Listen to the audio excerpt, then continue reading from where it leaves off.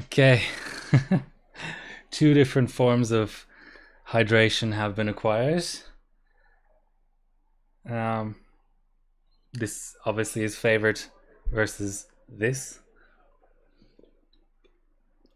So cheers. Just finished my work for the day. And I know why yesterday didn't work out for anyone who attempted to watch that stream. That reminds me I should probably delete the VOD. Okay, so I have a B550 board that I use for my streamer. Okay, let's delete that VOD. 4 minutes of nothingness. B550 board for my streamer with a 5700G in there. And all along I even have the sticks here. Four gigabyte sticks of DDR4. That's a lot of fours. It's like Samsung. I keep not knowing what the term is for this, but I think it's A die or D die or something. It's a really, really crap die of DDR4. It won't do 2666, I don't think. And I thought I would update it and throw some old B die in there.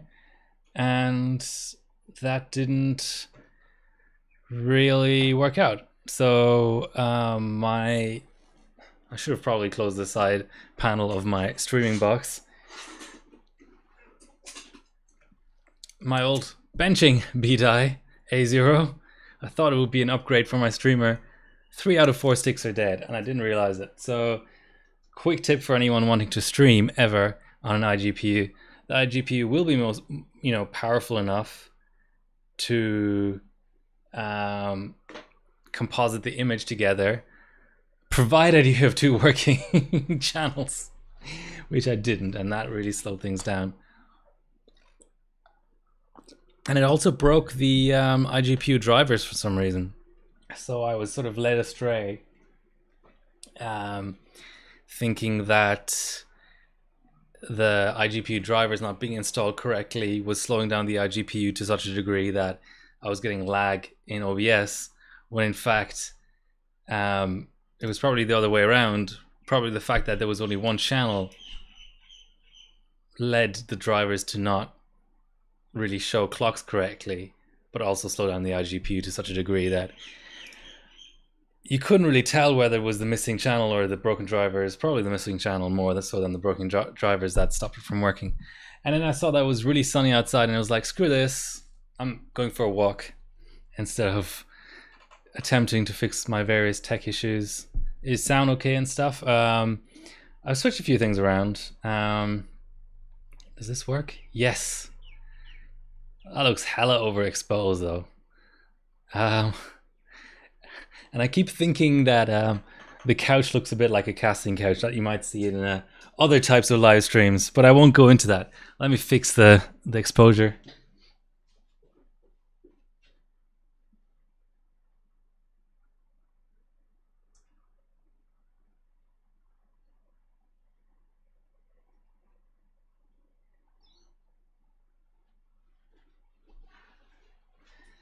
That's probably about right, exposure-wise.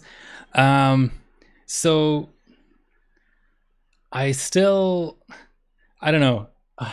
I spent so many days tidying up my benching room. I'm going to leave it on this camera for a second, just to sort of be in awe of my own patience tidying shit up. Okay, now that's enough. But I will say this. Okay, first of all, you never really see my chillers on the channel. There's actually 2 500 watts right next to each other. Obviously I have for night streams I have a desk light. I have these studio monitors. Sadly not that great with Twitch, because usually stream recordings get muted because of copyright. Even if it's not copyrighted music, that's a whole other discussion. But here's my Acer 240 Hertz benching monitor, 1080p, really nice for 03. Of the stuff that I bench, probably 03 is the main bench. I'm looking to get a 360 or 390 hertz at some point. LED light panel just to balance out daylight coming out in a little bit. Then there's my rig cam, which today I was really lazy about turning on, like setting up, but I should add my postcode as well. That might. How's everyone doing, by the way? What do you what do you think of Raptor Lake and AM5? Okay. I had this added, but then I removed it because I thought it was causing lag, which of course it wasn't. It was the missing memory channel. Let's fix it live, like they say. Beautiful. Okay, maybe scale it down a bit because we're not blind yet.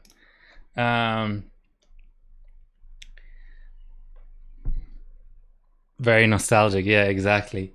Yeah, so the cam you're seeing at the moment is one of these fisheyes, but it's not like a circular fisheye. It's more like a mostly corrected fisheye, if that means it to anything to anyone.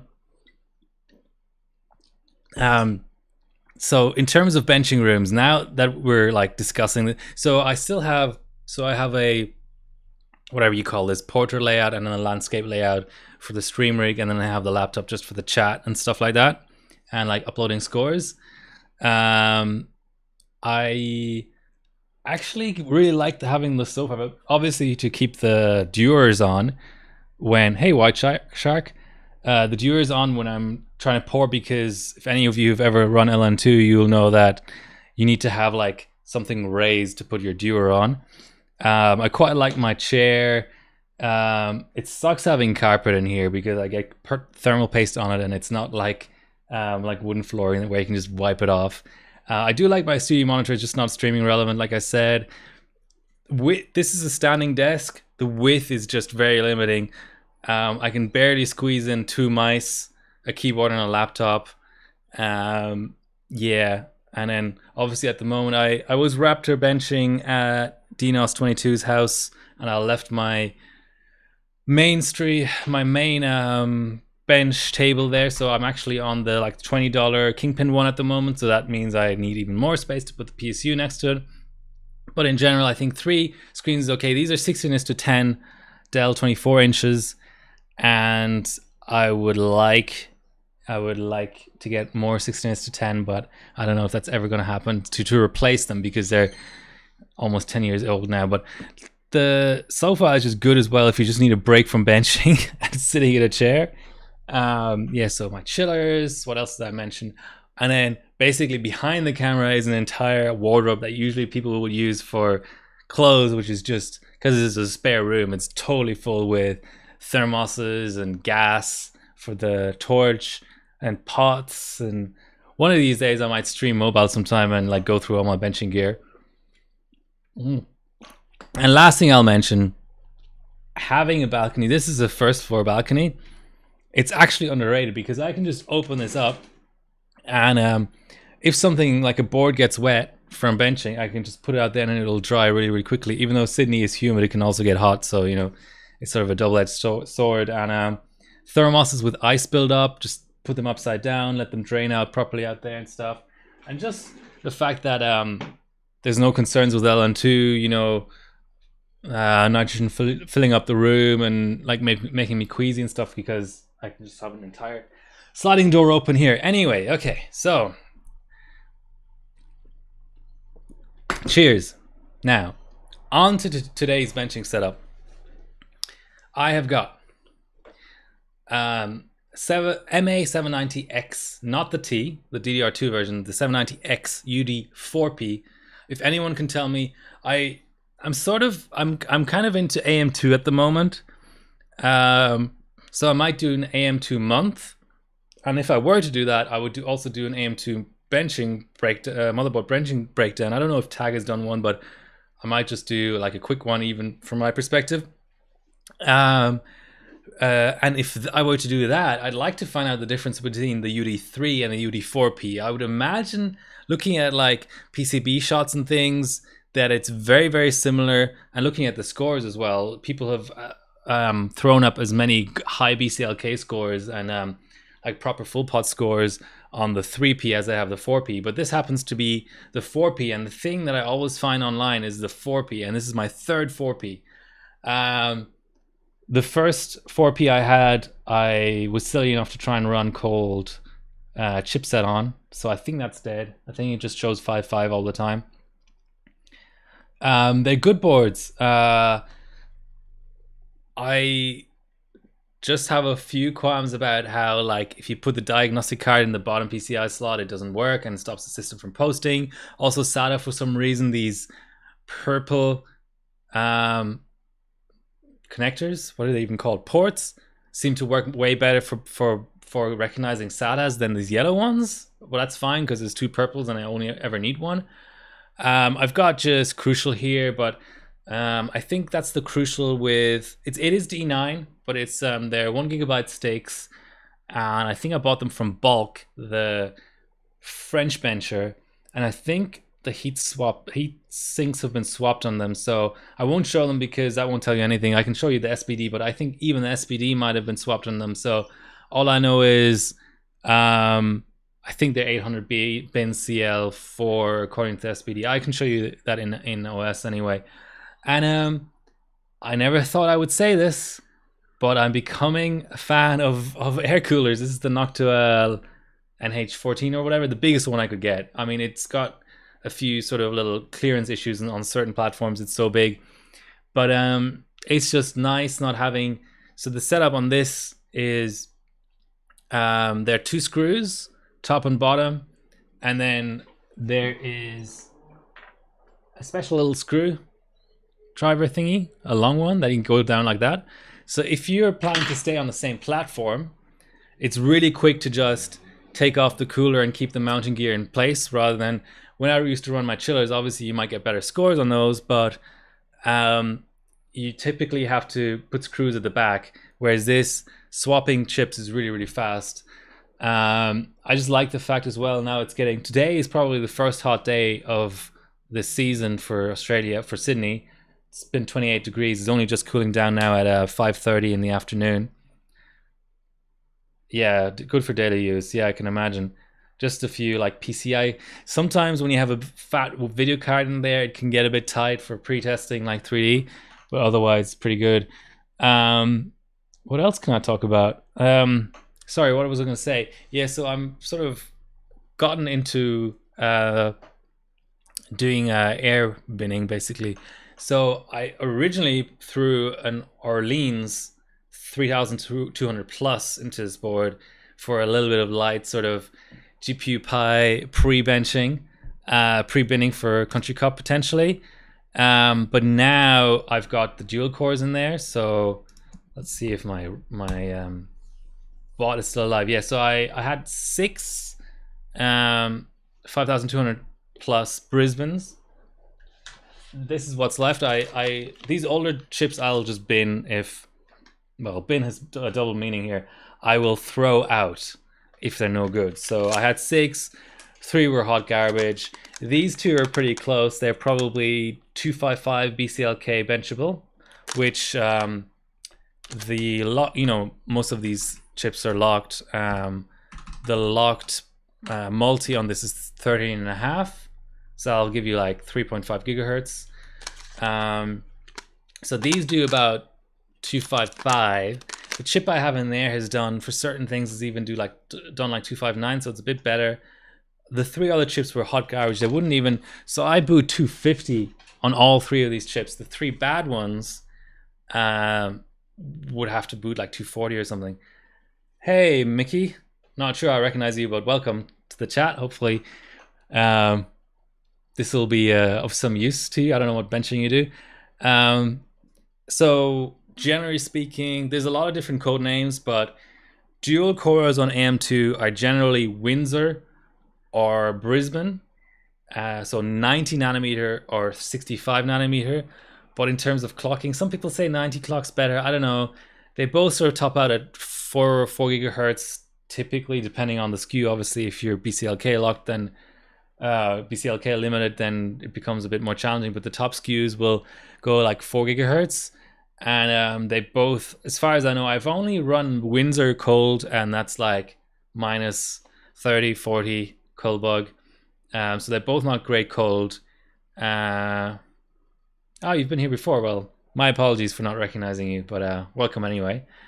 Yeah, so this is my selection of AM2, and it's being added to constantly. So the dual cores are probably the most benched. On 939, FX had a lot of benching. I think on AM2 there was FX queues as well, but then it weren't really benched that much. Maybe just to give a little bit of a rundown. So the top chip is the 6400 plus Windsor, and that's got a 16x multi, and then the lowest would be have like a 9.5 or a 10. So they basically did like half multiplier steps. These are all Brisbanes. Well, there's one Sempron single core, but very appropriate to be benching Brisbane because that's a city in Australia.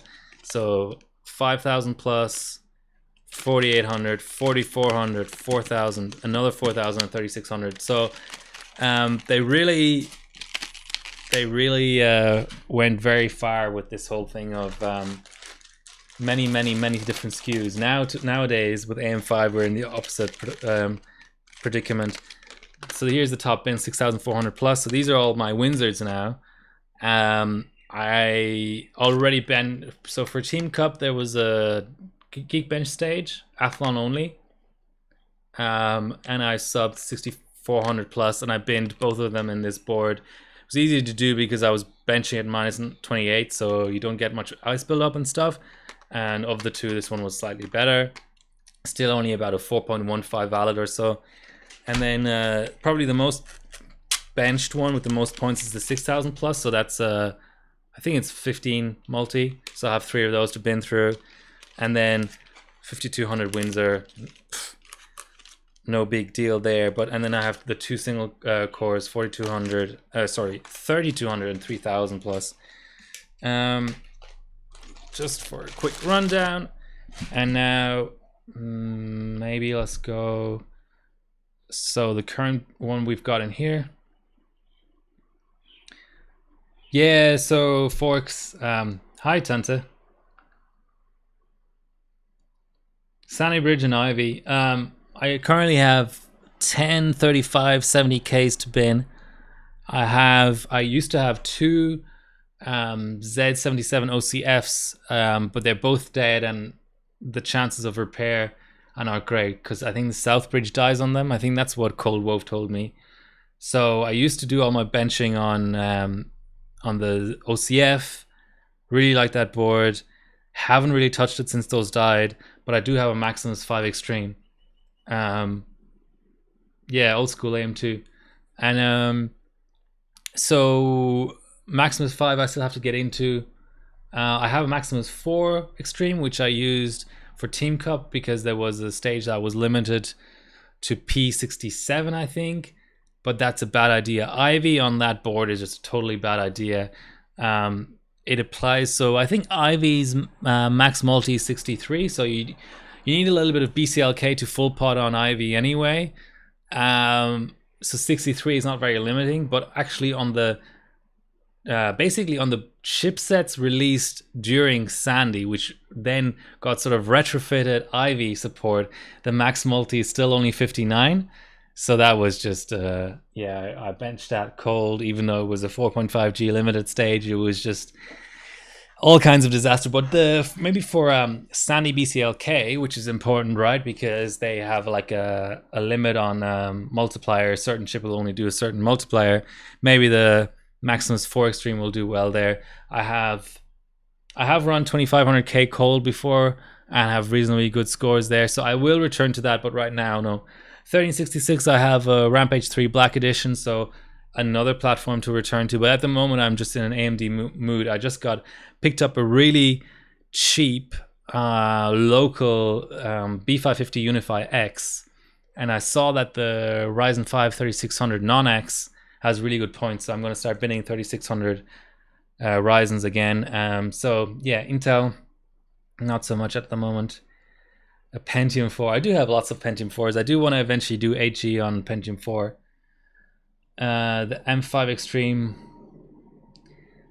I've only heard very, very, very good things about the M5 Extreme. Even for iGPU benching and lock benching, I've heard very good things about it. Just for Ivy, I love the ASRock. That was the first OC formula. Does Ivy have a cold bug? No, it doesn't. So Sandy is a funny one because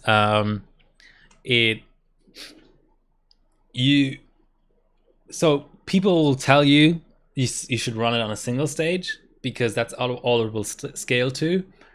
That is not entirely true. So when a few years ago, now I can like share our tweaks because it's years later, at a country cup a few years ago where there was a stage of all single cores, a friend ran the Celeron G470 for GPU Pi 1B single core, which is a really long bench. And I'm not saying that the scaling is fantastic, but his best chip was benched for like half an hour or even an hour at minus 100. So people say Sandy doesn't scale with cold or is very limited in scaling with cold, but the cold bug and cold boot bug might be like as low as like minus 120 or something. But I think it depends on the platform, right? But like, I wish there were a third name, like a third term, right? Everyone knows, or most people have a pretty decent understanding of what cold boot bug means and cold bug means. But on a platform that is cold bugged, it would be great if we had a term for ideal. I don't know. I'm not proposing a term now. I don't know what would be a nice like acronym for it. But if we had a term for optimal benchable temperature, which can be very, very, very different to cold bug. You know, something like I mean, not that I have that much experience with it, but something like 754. I've full potted 754. It's not very benchable at full pot, but it will run, you know. So in that case, 754, just to give an example, it might have a cold bug of cold bug free, a cold boot bug of, let's say, minus 100, but its optimal benchable temperature could actually be below the CBB, or it could be minus 120. Sandy cold bug is multiplier related. Yeah, that could be true. Yeah, Ivy does go full pot, but you have to up the BCLK. Every chip is different. But at the very, very, very, very least, you'll need about 105 BCLK to go full pot. At the very least. I think the few chips that I've tried needed about 107, 108. So what happens there is the boards will actually run out of BCLK before the chips usually. So if you're actually trying to validate Ivy, so you're trying to get like 7G, it's important to also have a board that will do like 113, 114, 115 BCLK. But in terms of trying to run a multi-core load, which will be at a lower frequency where you don't run into the 63x multiplier limit, then most boards will be fine because most boards do that range of 105 to 108 BCLK. And Sandy BCLK is even more important because you have that 59 multiplier limit. Okay, enough of the preamble. So what I've run already is all of the GPU Pis, including the really long ones, the hour-long ones, and I had a lot of fun there. Let's open up this one because I think I might have run the highest BCLK on that one. Man, the bot has been slow. 159, yeah, so that's about as high as I can go. Like GPU Pi is really light on this platform because it doesn't have many instructions and things. Why is my valid? My valid is gone. I have a 3. What the hell? Has this not been refreshed? Maybe. Browsers do weird things with caching. Like this system has been rebooted multiple times since I opened this tab, yet somehow it still doesn't have my score in from a couple of days ago. And I've done so I'd like to do some of these Cinebenches. Yeah, this definitely hasn't been refreshed because I took all of the Geekbenches. 1366. I don't know, maybe a Mick or someone in the. I'm not the biggest. So are we talking the 6 cores? So Gulftown or Bloomfield? Because so Gulftown is 32 nanometer and mostly 6 cores and unlocked. Bloomfield is mostly locked SKUs and it's 45 nanometer and quad cores. Yeah, ground. Okay, here we go. So here's my valid 3617. I can't get to Ailslammer because he's on single stage, I think. Let's go to this score. Gulftown. On ambient. I am of no help there, sorry. I can't pretend that I am. So 257 is what I did there. Let's see if I can get. Okay, back to the system. So maybe just to. So F9 on the old blue BIOSes is the info page, which is helpful. It will show you main and backup BIOS. There typically on these older boards isn't a way to directly flash the backup, but there's like some sort of like logic built into the board as to when the main BIOS is also flashed onto the backup, which I don't really know. But I'm on F9, which, you know, the F10C or whatever is the Thuban optimized BIOS. So that's the latest BIOS that will still be good with AM2. Installed memory, clocks. Shame about the pagination on the dual core there. It doesn't actually tell you what the I mean, you could probably note down the CPU ID and get the SKU from that, but the processor type, the name is so long that it doesn't show there. Okay, so obviously max ratio, then CPU frequency, that's BCLK. I go 250, 200 is stock, so 2.7 is stock, PCIe, HT, that's all auto. And then just to mention, these boards for AM2 Plus will give you the 1066 strap, but when you drop an AM2 chip in there, it will go to 800. So what you might see in was my score with 2T. Does this socket do 1T?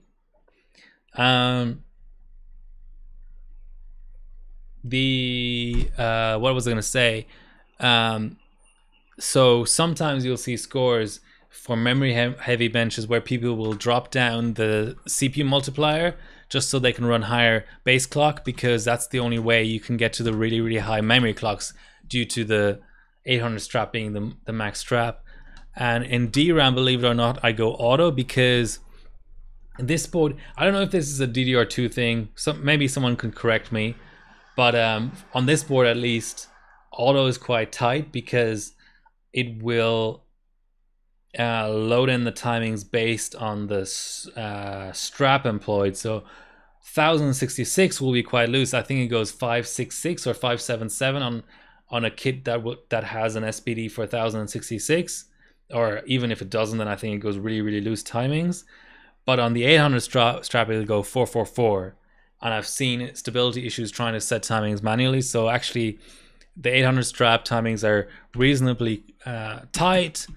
This is one of the issues with this board. So as much as I like this board, I have the M2 or S non-H 790FX, or not FX, 790X I think only, LAN party, but I still tend to run this board because it's so much more consistent.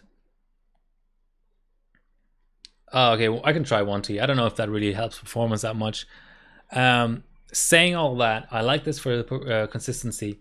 Nevertheless, it, unlike other chips or other boards of this era, doesn't have a voltage offset for VCore, which means even though the vid of this chip is 50 millivolts higher than you might expect, and I might, what I would have liked to see here is if there was a VCore offset, a fixed offset, then I'd get that extra 50 millivolts and be able to run 1.6, which is much like less likely to hold the chip back.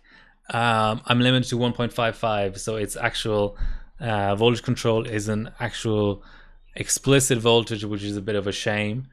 And that is also an AM2 limitation. So this board is great for 940 Black Edition, and you can run up to, I think, 1.95 volt, volts, so no limits there. But here this seems a bit limiting, but for binning purposes I think 1.55 is good enough.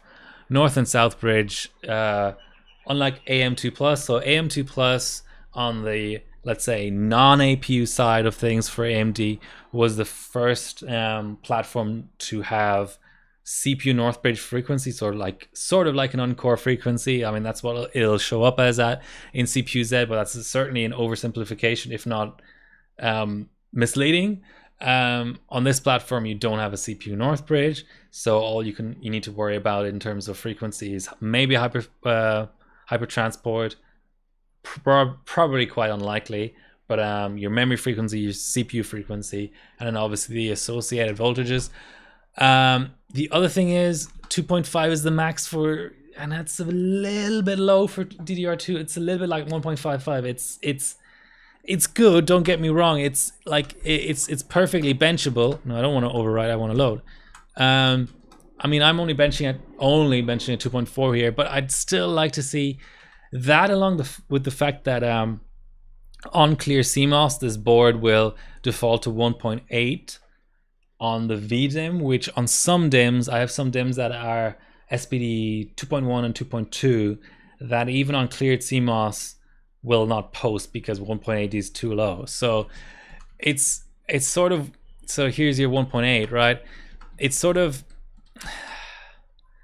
it's weird how it gives you this big red flashing thing for 2.4 because 1.8 is so low. I mean, in terms of benching ICs, you know, 1.8 is laughable. But there you go. But really nice, simple BIOS. The other thing to notice is, I should probably disable it, cool and quiet. Usually, I think in here or in here, you would have core disabling features and core unlocking features. This board is actually, I would argue, maybe the best core unlocking board if you're running for Team Copy for DDR2 limited on AM3 chips, or if you're trying to run like something single threaded on a high core count chip. This board is really good at unlocking cores, like on a 960T or on like a Callisto, like a 555 Black Edition.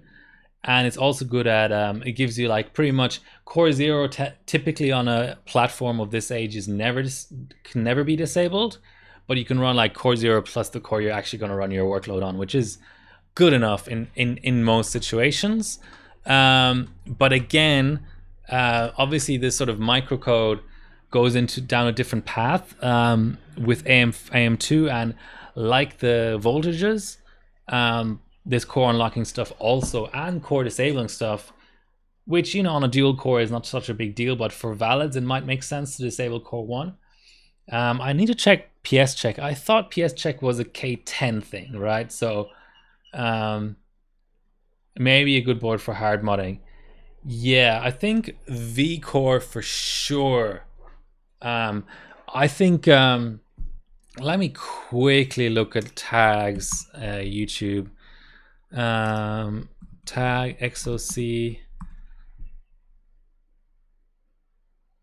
I think he even has a modding guide on his YouTube, while my OS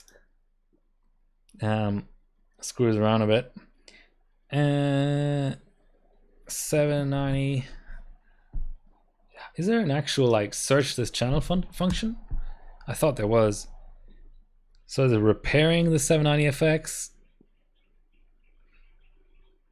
I thought he said he had a vmodding guide. But yeah, for sure. I mean, the VRM is good on this. So like, if you modded VDIM and vCore, then it would be a really nice board. Even like the chipset location, I think is, when I found it quite easy to mount a pod. I mean, I ended up ultimately killing my board, but for like really pushing like valids on Semprons or whatever, I think it's a good board. I mean, this isn't my number 3 bin, if I can say that. I got it from Shire. I was able to get 2 previous to that, so it's just got very, very nice availability, all things considered, whereas the LAN party I only have 1, and if that dies then I'm screwed. But my sort of master plan might be to bin all my chips on this and then to go cold on the LAN party maybe. Yeah, so I have Raptor in the title. So now that the embargo is lifted, now I'm no longer under NDA. What does everyone think? Like, did you expect, first of all, the frequency world record to be broken? So maybe okay, I'll just quickly try to give my perspective on things first. I'll do a non-real-time run here, and then that'll give us enough time to talk about Raptor. I'll try is the only thing, this is a fast OS, but it has some sort of issues where you can't put stuff on the desktop, which I know sounds bizarre, but anyway, where's my little CPU at? Okay, 1 second. I'll just get my benching clocks up. I think 1.57 might be safe. Just show the memory tab. Almost 500. Yeah, I'll just do normal priority. So, okay. So my perspective on Raptor. I heard, I was maybe privy to some information a little bit earlier than other people. I heard the 8G rumors very, very early. Then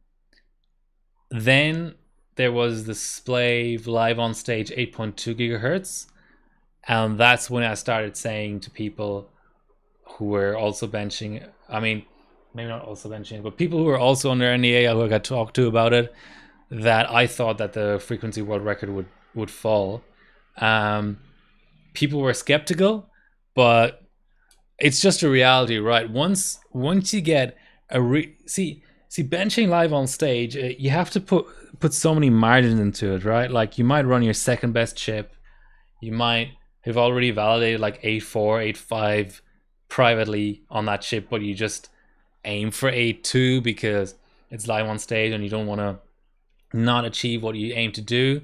So when I heard 8.2 live on stage, I knew that they'd get at least, like, it didn't even, so maybe this generation helium doesn't help. I would have thought with such a big generational jump that Asus would once again do helium, especially now that the Taiwan travel restrictions are gone, and like they could have done the thing they did 3 years ago where they invited like Arsanino. I don't know about, of course, called Brulai. I certainly, before rumors started floating about this gen, I always, if you would have forced me to bet on it, I always assumed that FX would stand forever. It's close, right? But I thought it was like a 60-40 chance, or maybe even a 70-30 chance that FX would stand forever. Simply because, yeah, good that they didn't do helium. Simply because I thought that I don't know, this is like assuming a lot of different things, right? But I sort of thought that for a generic microarchitecture, 8.8G or 8.7G is so far outside of the efficiency curve that it would be disadvantageous for either manufacturer to optimize the architecture to such a degree on air, let's say, or on ambient, that then 8.8 would be reachable under LN2, if you know what I mean. Like, the reason FX went as high as it did is because AMD pretty much made mistakes. I don't know. I wasn't around at the time. Maybe I'm wrong. I could very easily be wrong. But I would say that in hindsight now, it's certainly valid to say that Bulldozer was a mistake of an architecture. And the only saving grace, in a sense, was big numbers. And that's the reason it got to 8.7 or 8.8. It depends on if you considered, previous to this score being put up, whether you considered the stilts or Andre Yang's score to be the legitimate world record. Andre Yang got, I think, banned from Hyperbot overall for selling scores, and therefore his frequency world record, which is still the world record on the validation side, but not on HarborBot, was removed from HarborBot or never posted there in the first place because he was banned at the time. So there's an argument to be made either way, but basically what it comes down to is I think 8.720 gigahertz is what's on HarborBot in terms of the second best score now by the Stilt, and in terms of valids on x86 valid, I think there was like an 8.78 or 8.79, something like that, and now we have an 8.8 flat pretty much, right, or 8.82 or something by Elmore. So that was my thing. So we have a score 1.63, obviously very low because we need a 1.7, low because no real time, but I'll just go 1 BCLK at a time. So that I feel free to disagree with me. I know it's sort of like a certain line of thinking that people just don't ascribe to, but I always thought the reason that like daily, yeah, it would be funny if you had a backup. The reason that daily has, I know daily, so okay, on 14 nanometer, Intel went, this is a crash. I think it's a crash.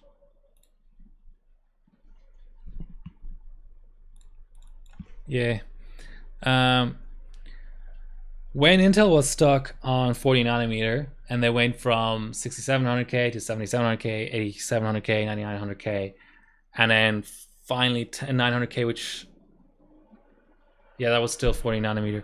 It's already sort of like blending together. We saw like 100 megahertz or maybe 150 megahertz jumps on LN2 every generation, but that was still really far away from like that AG or even the world record, right? And the reason we saw that was because they were stuck on 40 nanometer and they had to hyper optimize the process and like the microarchitecture and the process, because that's what all they could do, because they couldn't, I mean, I think at the end, was it the 10900K or something was the chip, or sorry, the 11900K was the architecture that ended up being like a backport. They were sort of forced into that, and I think the frequencies ended up being lower and stuff as well. But for a long time, it was all just more cores, more frequency. But I thought that with the move to 10 nanometer, or like Intel 7 as they're calling it now, that Intel would go down in clocks but just up in IPC. Like I always just thought, what was I running? 1.257, I think. Okay, let's do an off screen and start a timer.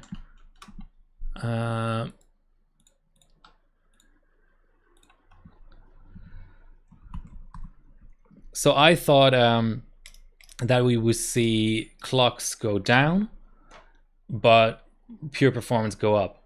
I mean, you see it in the server market, right? Like there's these. I know there's always in like gaming, let's say, or daily, there's always a demand for high clocks, and in servers as well. There's epics that are high frequency optimized, but the bulk of the market is like, oh, a 64 core with like a 2.5 gigahertz base clock, but insane IPC and insane amounts of cache and RAM.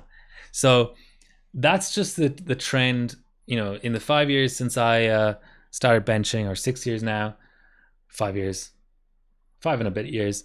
The trend I was detecting was you sort of stay in that 5.5 gigahertz range for ambient, and therefore too low on LN2 clocks to get the world record or even get 8G. Because that's where the efficiency is at. However, yeah, 13600K and 900K will be 6 gigahertz on ambient. Dailying AG. So that's the sort of story until Alder Lake. Like Alder Lake, so even though we saw like I think a 7.7 valid last gen, I didn't really expect I thought that maybe 8G, but like 8.8 is something totally different. But the fact that, I don't know, there's like two different ways to approach a refresh, right? Like older, well, Raptor, I didn't expect that much, to be honest. Like a doubling of e-cores and increase of some cache, that in and of itself, you know, like 3 Macro 6 goes well with extra cores. Obviously then having a 24 core at the top end when AMD is only on a 16 core. I thought that it would be, I didn't expect much. I mean, until the rumors came out, I didn't expect much. But it's clear now with the 300 watt, and I think the you know, Lumi put up a water cooled video focusing on like the 12900K where he was able to hit like 400 watts or something on ambient. It's clear now that competition has led to a lot of this happening, and I mean the jump is just insane. When I saw 8.2 valid, I also predicted 8 gigahertz for legacy 3D. So Intel 7, yeah, Intel 7. So yeah, huge surprise. Amazing for benching, just absolutely amazing for benching. We'll see 32M 3 minutes. We will see broken. There was obviously the 11 gigahertz memory valid, which is just insane as well. So much to like about this generation. So yeah, AMD have got their hands full. I mean, that was another launch. I mean, it's crazy. The 4090, I saw it in person. Insane how big that is. For whatever reason, Nvidia are also going beyond that like that power frequency curve with that card. I mean, you can see by looking at the undervolter results. I mean, basically it wouldn't be the most insane thing in the world for Nvidia to literally only make that core, that 4090 core, and sell it at different prices at like 600 watts, 450 watts, 300 watts, 200 watts. It's so efficient undervoltage. It's insane. Like, it's just the fact that people are hitting, you know, not that I care too much about daily, the fact that people are hitting 144 hertz caps on their 4K monitors and stuff. Insane. So just to go back to the frequency discussion, when I heard 8.2G, we have a score, by the way, which is the score I was hoping for. 8.2G valid on stage. My mind immediately went to, he's holding back. That chip can actually do 8.5, which means Asus always has the best spins. So you could expect 8.6, 8.7 on the Asus chips. And then with liquid helium, you get another 100 or 200. But that is an open question. I don't know if Asus didn't run out liquid helium because they didn't feel the need to, because they already got all the scores they wanted on nitrogen. If it was a commercial decision, they decided they skipped it for 2 years, and the engagement or whatever they see. I mean, at the end of the day, it's a commercial decision, right? Like whatever return on investment they see from the secret OC they do every generation.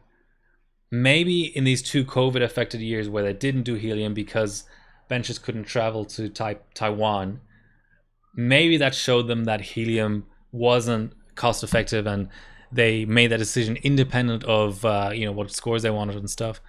But it is certainly also a open question as to whether, you know, we would see gains on helium every generation.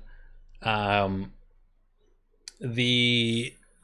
know, there's again a thing where people call platforms full pot platforms, but you know, that doesn't necessarily mean full pot helium, right? I mean, I think even the 77, you know, the degree of technical details that Asus shared about their helium sessions has sadly gone down every generation. But in previous generations, I think they let it sort of slip that I think even the 7700K, they were benching at minus 230, which I don't believe is the full pot temp for helium. So 40 extra degrees, I mean, it's something, right? Like it's you take it, but why did that not take? Oh, there we go. Okay, so the order is fucked up. 1.71. But yeah, GT200. Yeah, I just don't. I mean,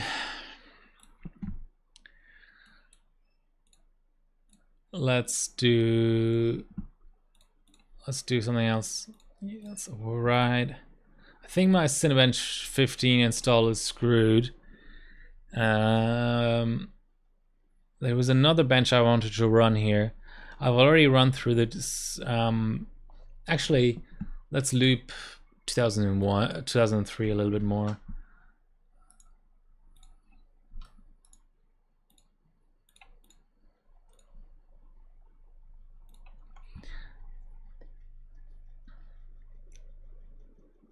Coffee Lake mod on what board? There's dedicated Harborbot forum posts for both the Apex 9 and the MOCF. Not sure about anything else. Yeah, I think the MOCF forum post should give you the same sort of details that you need. 919. That seems low. Rerun. Let me just quickly do that out for you. So now going to ask questions about Rocket League as much as you want. I'm off NDA now. So as far as MOCF, okay, so here's the thread for the MOCF. It should be similar for the regular OCF. Okay. Nah, that's not scoring correctly. Let me. Do I have my little? That's just the geek benches. Okay, I just need to quickly eject and put the two Cinebenches on there. So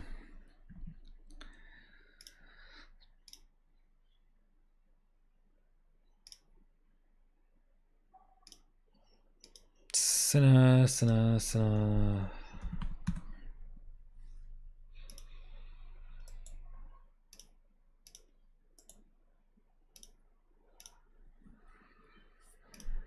We've got R20 here. There should be an R15 as well, surely.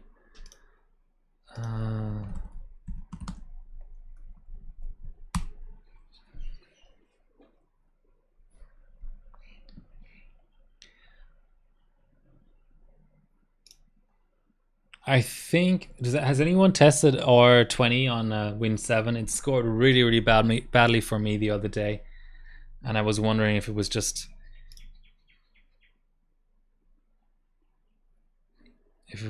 the OS, or is it because of Benchmade as well? I don't know if I'll get to it tonight, but unfortunately, it feels like on these low core counts, Benchmade boosts the score percentage-wise even more than on the recent stuff. It's already pretty much a strict requirement for world records, but on like single core, I don't know. I'll make a forward post about it. What I'm gonna aim, so you get a pretty big boost from real time, obviously, on a single core. So on this platform, what I'm gonna do is 3 runs single core non-real time, 3 runs real time, 3 runs on a Win 7 Benchmade, and then the same thing on Win 10 again. Win 10, non-real time, real time, and Benchmade. And I'll make a thread because what I was seeing was, again, I mean, thrashing Benchmade is not really a new thing for me, so you're probably going to think I'm biased or something, but yeah, on this platform. Come on, download Cinebench. Hey, Hardware Barbecue. So I've not So guys, throw out all your opinions. AM5 launch, Raptor Lake launch, Arc launch if you want. Your predictions for RDNA 3.0, which I think is coming up in a couple of weeks' time. NVIDIA GTX 4090 launch. What about the decision to launch only the top SKU? I think that's a bit dumb, to be honest. I was about to sugarcoat it, but let's just face it. It's yet another commercial decision, as they call it.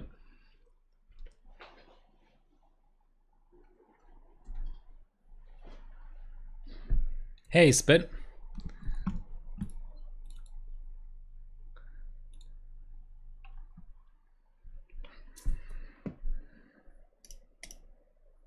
Okay, cold bug. I'll just quickly get a run out, and then I'll you know,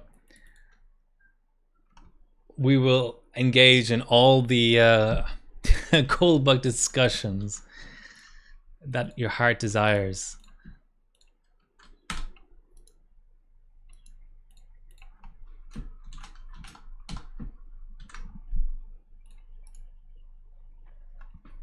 Man, IO is so slow on this board. It doesn't seem to have, maybe they're just not color coded correctly or whatever, but it doesn't seem to have USB 3.0. Or maybe it's just bad because it's a slow platform. Okay.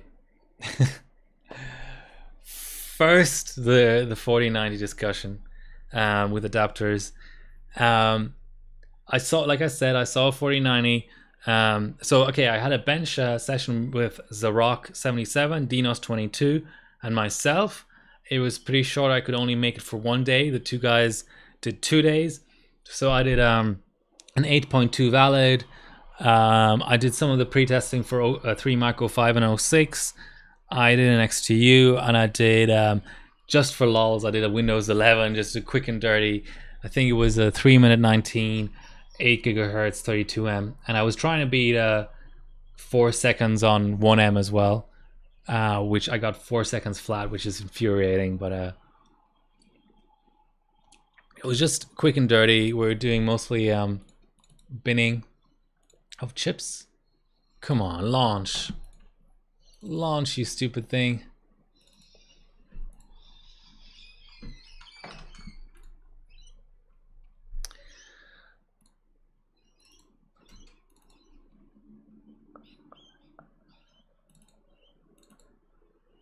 Okay.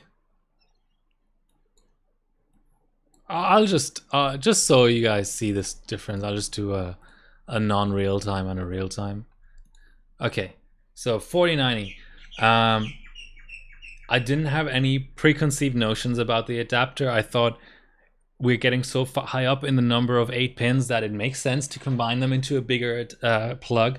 I didn't even look at the like the specs of it or the schematics or pictures of it. I was just like, it seems to me like we're due for a new adapter after having had like 3 plugs on Kingpin editions for a long time now, and now 4 on just the FE and stuff. The concept itself seemed positive to me, and then I see it in person and I'm like, why is it? It's literally, the adapter is like, I can't even, it's like barely wider than 1/8 pin, and it's flatter. It's like, it doesn't, it to me, just logically, I mean, I studied electronic engineering, so it just like immediately seemed like so off, the fact that they're trying to push 400 watts through a little pin. Like I ran some 295X2s recently, and they have 2 8 pins, and those 8 pins get hot to the point that you want a little bit of airflow over them, and that's 8 pins. And they, you know, Billzoid's video will tell you better than I can ever tell you, but they have actually more mass to them, like more wires, basically more like physical amount of metal to put the current through, because the current is a killer, right? Like you have these GPUs running only 0.95 volts or whatever, or 1.1 volts overclocked. but you're pushing 600 watts, so you have like 50 amps going through them, right? And I saw the connector in person, and it just doesn't have enough volume to be carrying as much power as it is. Does anyone know if Arduino A3.0 is going this route, by the way? So there's that. There's obviously the whole thing about PSUs not being compatible yet.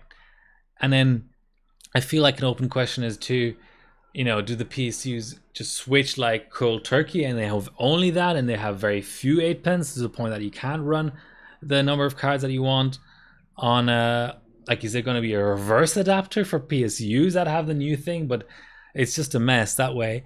And what I also thought was, not only does the plug not have enough volume, like seeing it in person, it also seems almost like it could come off the PCB if you bent it too much. So now, of course, I saw Bill's video. I'm sure people have seen it. I don't know if I can put the link in the chat if you want. So there's like lots of questions. There's like, even before I saw the post about it burning up, I was like, that's going to burn up. It doesn't have enough volume. It doesn't seem to be like soldered in place sturdily enough to not have some sort of a danger of it coming off the PCB, because on a like a card with I thought I might have a card here with an 8-pin. Let's see.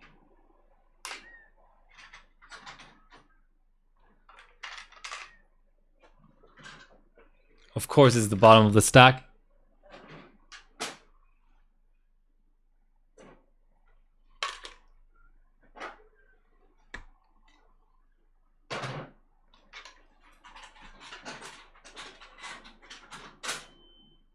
Okay, here's that aforementioned 295X2.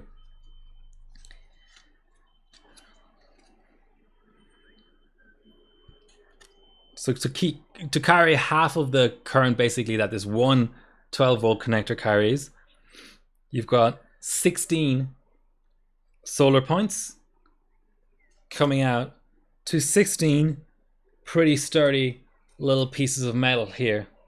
So that's, I've never felt like, and you clip in here, and by the way, this, you're probably not going to be able to see this, but this, like, even this like little clip pitch, like this seems more sturdy than on that 12-volt thing. It seems to have more height to it. And then obviously the actual pins are larger here. So yeah, the physical sturdiness of the connector, as well as like it's, how it's gonna just catch fire is suspect. But then also the whole thing with, even let's say you had active cooling on it, let's say you were always very gentle with it, let's say it doesn't burn up, the adapter that came with this car, this was an Asus, I don't think it was a Strix, it was so 137 Cinebench non real time.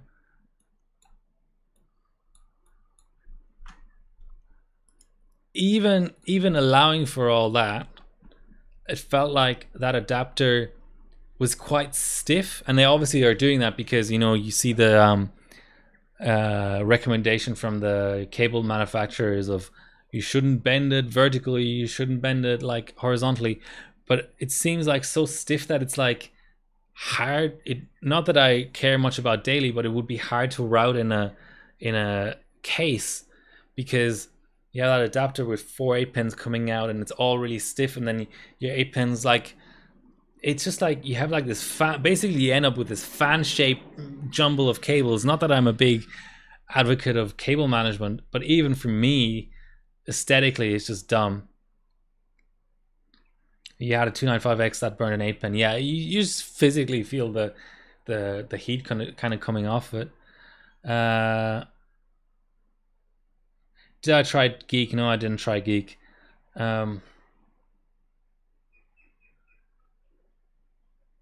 Yeah, the 8-pin needed an upgrade. Like I said, in principle, this was going in the right direction, but then the implementation is just dumb. And especially dumb, I wonder where that all comes from, right? You've probably seen the pictures of how the cooler will be this big on a 4090 and it'll be this thick, but then the PCB is like half the length of the cooler. So it's like the reason they designed the connector how they did was to save PCB space, but the PCB is like, it's just a piece of like plastic, right? Like just make the PCB longer, and like power traces are not that expensive. Like even if you made the PCB a third longer and that third didn't contain anything, because with the current design you have the VRM really close to the core and you have the GDDR6X chips really close to the core because they want to keep the traces as short as possible.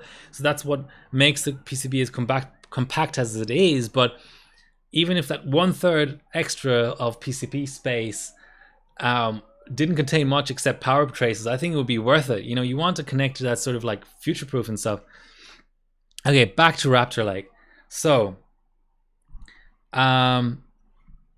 first of all, boards we had was a Z690 Tachyon and a single Apex, the new Apex, which I think I'm usually not a big fan of RGB and just board design in general, but this like gunmetal gray or like borderline sort of off-white Apex, which Asus kept under wraps. I can talk about it now. Kept under wraps. We were not allowed to post any pictures with the Apex in it until embargo left. It's a really good way of refreshing this. Like, what is it? 5 generations in. Yeah, the shape is weird as well, isn't it? So I was on the Apex. Zarok was on the Tachyon. We had 3 chips, two retails and 1 ES. We vid binned them, and then I was on the best ES, or on the ES, and then Zarok was trying the 2 retails. All of them full potted. So this notion of coal bugs on Raptor Lake, I'm not sure about, because I didn't experience it. I've heard some weird things about how setting tertiaries might cause a coal bug, believe it or not, but we pretty much had the same CB and CBB as Alder Lake, maybe -155 CBB or something. On the Apex, of course, you get if you have a soft hang, you can just hit reset and you can reboot. You can always reboot at full pot. It's only if you change settings in BIOS or have a hard hang that you have to go back to CBB temps. Yeah, so obviously the clocks are insane. I was able to validate 8.1, I think, or 8.2 on Windows 11, like easy mode. So that chip would do 8.3 or 8.4, with XP and stuff. Not sure about XP support. I mean, it's always a question of how much they change with the generations, because so I think we have 137 and now we have 147. Let's just go to this. So the first score is probably untouchable because it's on single stage. We just matched Ailslammer he's at higher frequency. I'll save that score. So what's he doing that what am I doing that he's not doing? More like it. No, I want the new Cinebench or CPZ. So I'm at 1469. He's on 136. So is he at a lower RAM frequency or something? That is horrendous efficiency. Must not know. I mean, this is probably a really old score. So this is, yeah, May 2014. Maybe the real-time tweak was not known yet. Ailslammer is a pretty good bencher. I think it's just non-real time. Okay, there's our screenshot. I think that's not going to work. Something is wrong with my desktop. I should probably re-image, but okay. That's okay. Why did I do that? I'm dumb. Okay. So memory tab up.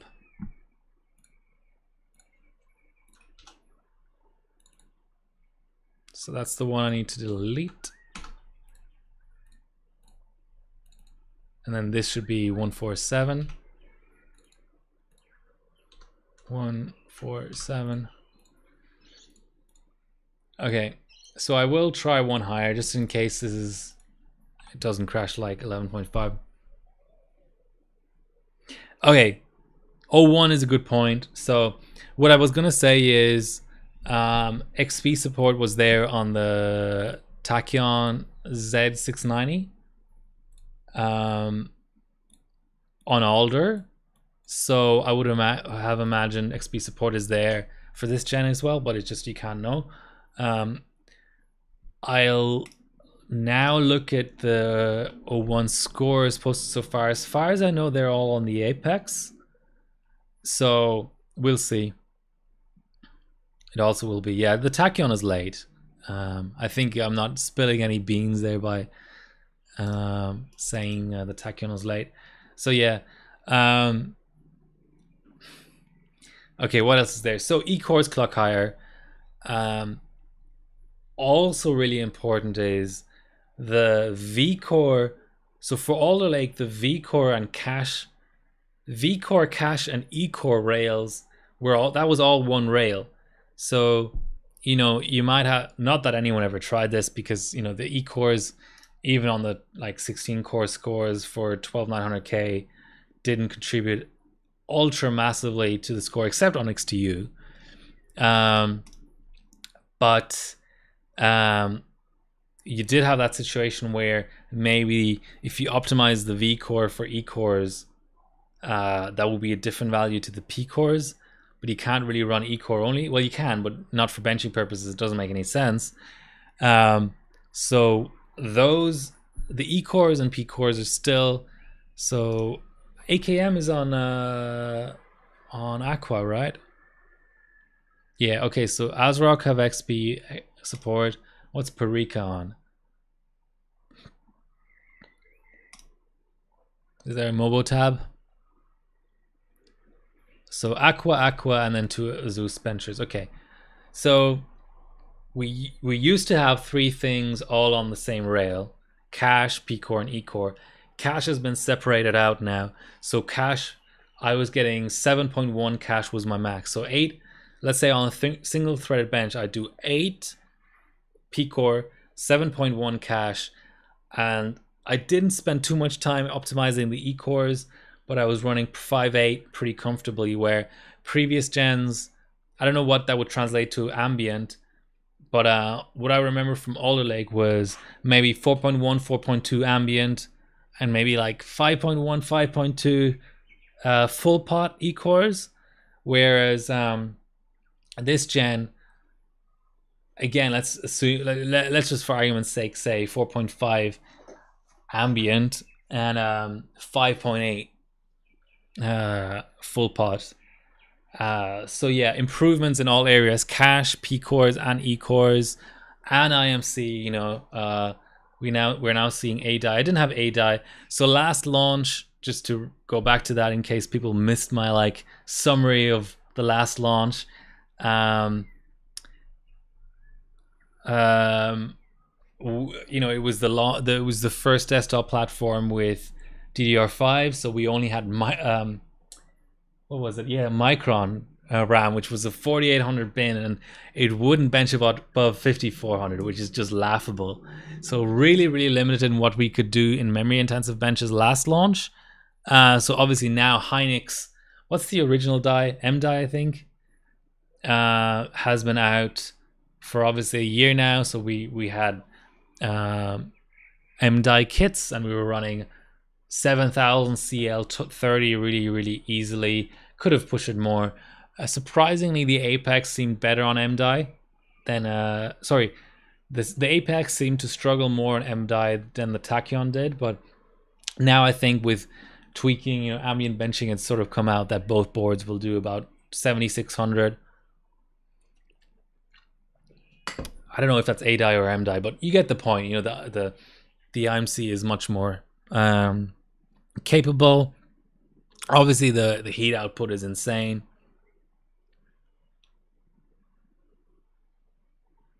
Scrub ambient OC. Oh, well, you're welcome. Ask me any questions you want. So yeah, overall, obviously, much more refined platform. Last launch was just like, what the hell is CL32? You know, it was just like new memory technology, new socket. Yes, got an extra Cinebench out of that, an extra point. Um, this time we already had familiarity with our boards, saying that, you know, obviously limited to just the one bias that came with the Apex, which probably wasn't the optimal one. On the Tachyon side, the time we were benching, which was I think 2 weekends ago now, there was only a retail bias with Raptor support. The X bias, I think it was just out. The X4A was out, but it's a sort of a little bit messy to use because you obviously need to flash it with 12th gen, but then the bias itself has only 13th gen support, so you sort of have to swap chips right after you flash it because the next post it won't post with a 12th gen. So yeah, a little bit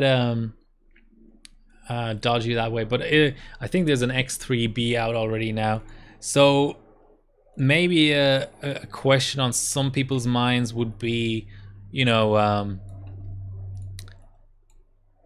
if you were to go get into benching now, maybe you skipped Alder Lake or you only did Alder Lake ambient, you know, get a benching board. I think it's actually an interesting sort of question with the knowledge we currently have. You know, what would be your benching board to buy? 148 CB. No, 148 CB. So let's copy over our Cinebench 20. And spoilers, I don't really know the answer. No, the Tachyon does have flashback. Even though I own the board, I have to confess I haven't used it. Because with the two bias positions, it's usually quite comfortable to just do your thing. Okay. So the situation as it stands now, you know, you have a Z690 Apex, which I haven't seen any scores posted on because no one's, correct me if I'm wrong, but no one's, like, all the launch time scores were Asus supported benchers anyway, so they got the new board, so no reason to use the old board. So that's the situation to watch. Z690 Tachyon, because the Z790 isn't out yet, there are scores out there, and for me, having that board, I feel totally comfortable running that again and again. I mean, you know, it's competent in terms of memory overclocking. It's done good results so far. But let's say someone were trying to get into the platform after the 790 is out, then you have 4 good benching boards to pick from. The Aqua situation is a bit unclear to me. MSI as well, strangely quiet this generation. Usually they always knock out a memory frequency valid or something. So I don't know if someone in chat knows a bit more about that than I do. I don't even know whether I think the 11 gigahertz was done by Asus, right? And maybe MSI had a score ready, but saw that it wasn't as good as the Zeus one, something like that. I don't know. Usually they do some sort of valid on an ITX board or something, you know. Yeah. So, and then Aqua, I mean, not to sort of knock ASRock or anything, but isn't that the one? Isn't that still the one they made a 2 dimmer that's not retail? I don't know. I mean, and all the scores out there are people who've been given that ES board. I might be wrong. Correct me if I'm wrong. I think I'm going to need to downclock for this.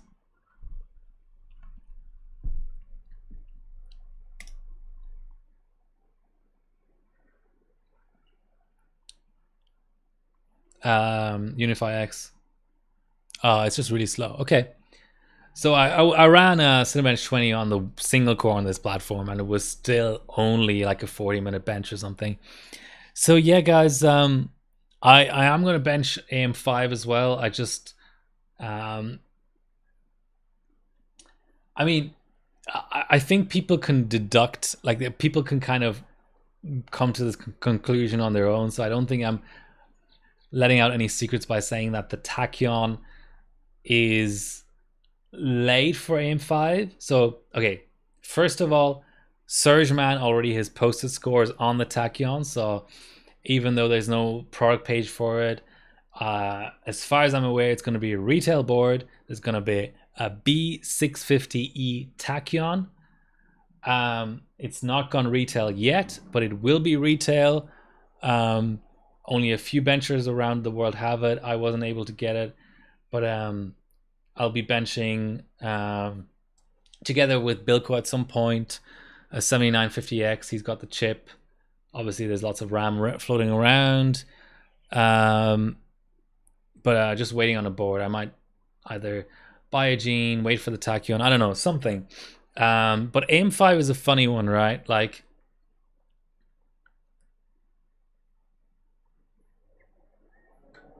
yeah, so the Z490 was the 2-dimmer.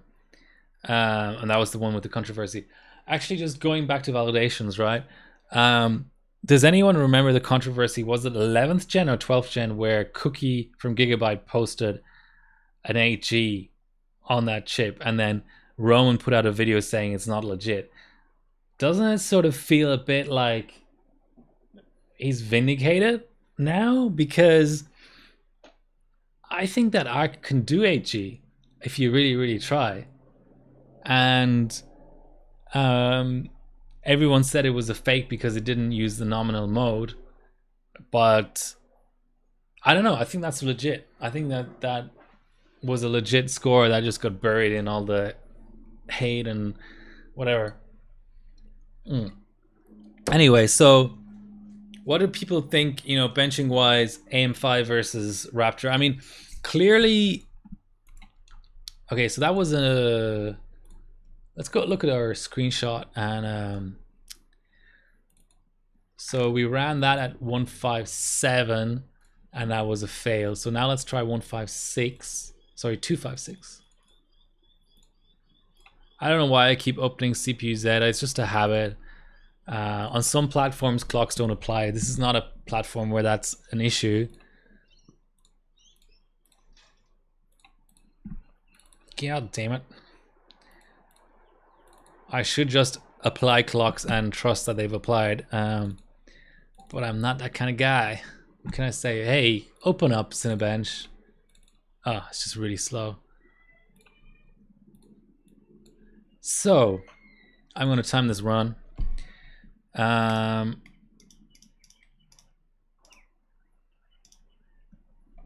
Yeah, but it doesn't really matter if one person or 5 people or 20 people or 100 people got it. The point is, it didn't go retail.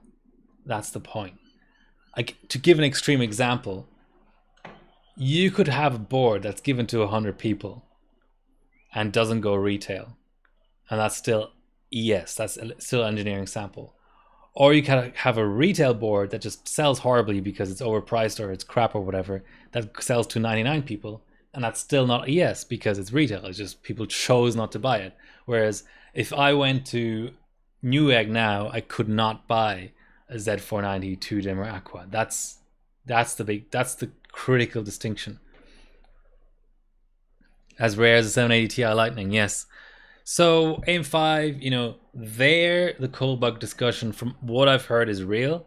You have a real chip by chip cold bug thing. Can someone, I haven't been following, I have to admit, run down what the situation is in terms of manufacturing process? Because 5000 series Ryzen wasn't it a 12 nanometer IO die and a 7 nanometer die, like actual CCD? Whereas now I think we're on a 5 nanometer CCD and a 7 nanometer IO die. Is that right? So previously, 12900 KS AVX 512. Forks, if you could elaborate on that. I just thought that I mean I had an early 12900K that I've sold that had AVX 512.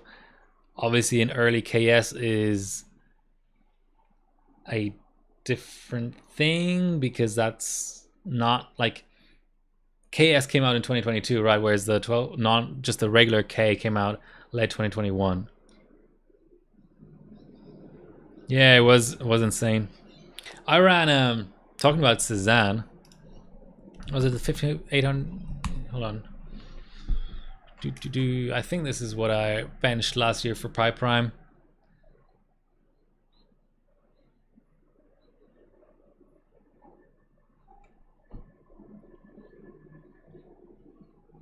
Saying that though, I mean, I'm not saying you're wrong, Forks, but didn't Lumi make a video where he found an AVX enabled G7400 or something? I'm just playing devil's advocate here. You know, could there be somewhere out in the deep dark depths of like China an AVX enabled retail 12900 KS? Yeah, it is really slow, isn't it?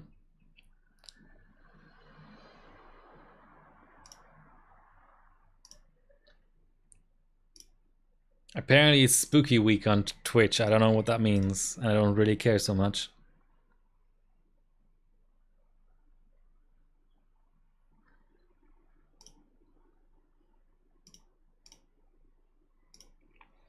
Oh, it loaded. Yay.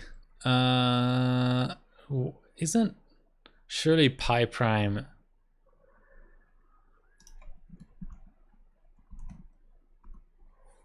Ah, there we go. So this is what I ran for Country Cup. And the score wasn't fantastic, but the memory I got out of it was just... Oh, that's right. So I think the chip could do like 2500 what is it called? U clock? M clock? God, what is it called? Brain fart. But for Pi Prime you wanted to sync it with RAM. And I think 42 like DDR4 A0 4200 12 is pretty good. F clock, yeah, fucking clock. Sorry. When you join this chat, you have to press a little button to say it's for mature audiences, so I don't feel bad cursing. Okay, so back to AM5 versus Raptor Lake. Yeah, 4850. That's the other way to go, isn't it? Is high. So we don't have the lock chips yet, but a 13600K is just such great bang for buck. You know, if you could get like even 7.8 legacy 3D out of that, and then grab some six core globals, 14 core globals, not so hot.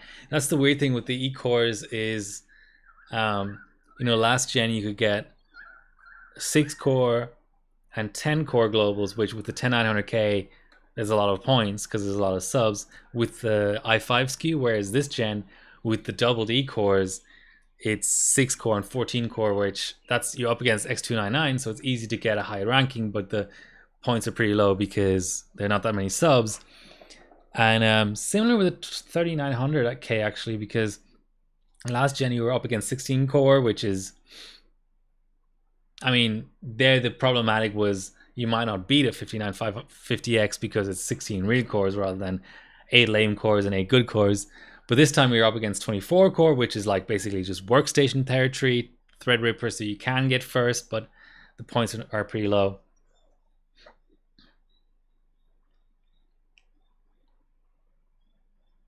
Still have an issue with older PCIe. Yeah, that's been a factor since Z490.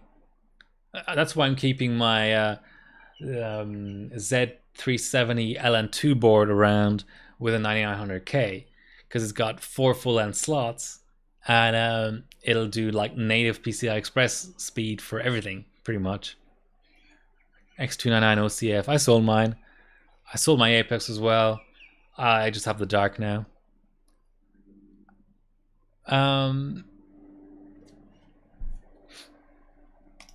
Forks. Let's look up that.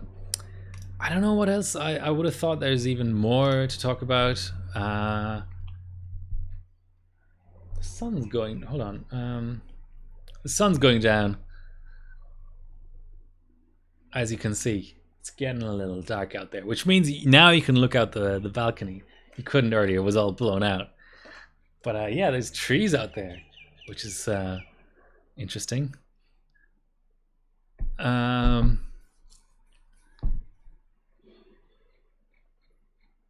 Really old SLI. Yeah. Okay, so there's that whole thing of you got to use different SLI.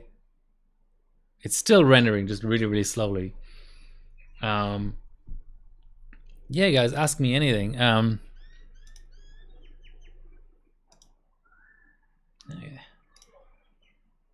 Hyper SLI. I used a different SLI, but I think both of them work.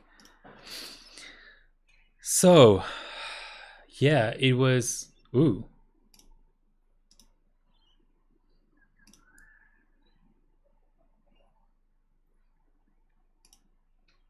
Nah, that's a bit better. Still wouldn't complete.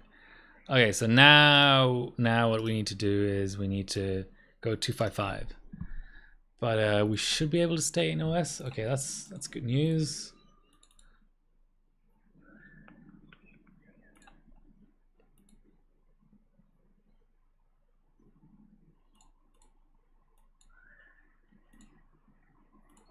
Doesn't surprise me that Cinebench 20 is heavier than everything else.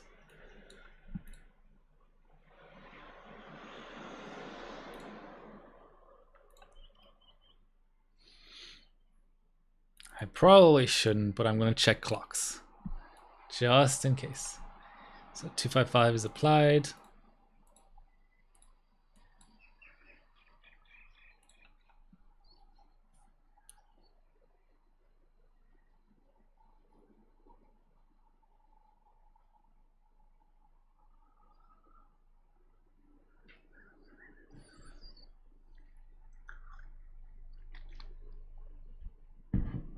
Hey, is it gonna start running?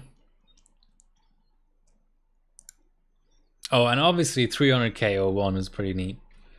And I know I'll sound like a broken record, but the fact that people actually want to get rid of Legacy 3D when in 2022 3D Mark 01 still scales with GPU clocks. I mean, again, there was, I'll admit, in between the release of the 980 Ti, roughly, and the release of the 12900K, CPUs were not fast enough to make GPU clocks matter all that much. But these last two gens now, people are starting to clock their 980 Ti's again to unbottleneck 01. It's just, I mean, and people trying to get rid of, just don't get me started. It's just dumb.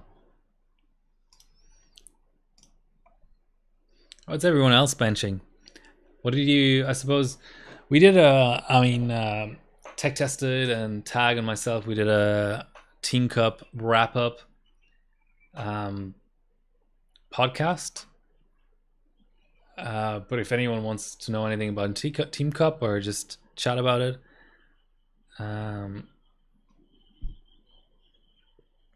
make sure your computer has an active internet connection. It's trying to make me log into WhatsApp. You crazy people. Hey, I don't really care. I can just check it on my phone.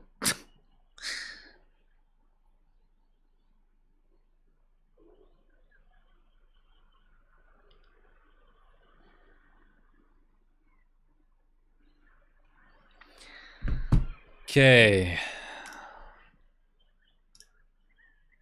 Yeah, 86 submissions this Country Cup. It's gonna be insane.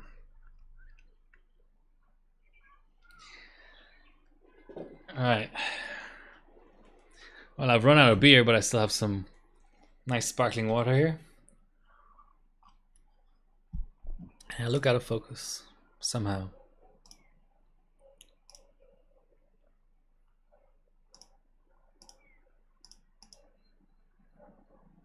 Whoop.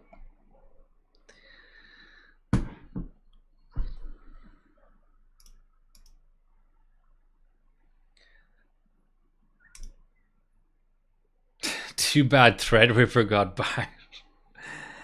It wouldn't have been pretty. What can I talk about? Haven't acquired a ton of hardware lately. I'm building a router in an ITX form factor actually. Just while that run is finishing. So my spare Pentium G 7400 on a Maxon IDX board. It's got 2.5 gigabyte bit Ethernet on board and all the iGPU outs you want. So using the iGPU, using the Intel stock cooler, using some 4 gigabyte sticks I had lying around, using a 16 gigabyte Optane I had lying around from PC Mark 7 like 5 years ago, and then a dual 2.5 gigabyte Ethernet add-in card, half height. Just waiting for the case to arrive, and this will replace my ISP supplied router, which is still Wi-Fi 4, believe it or not.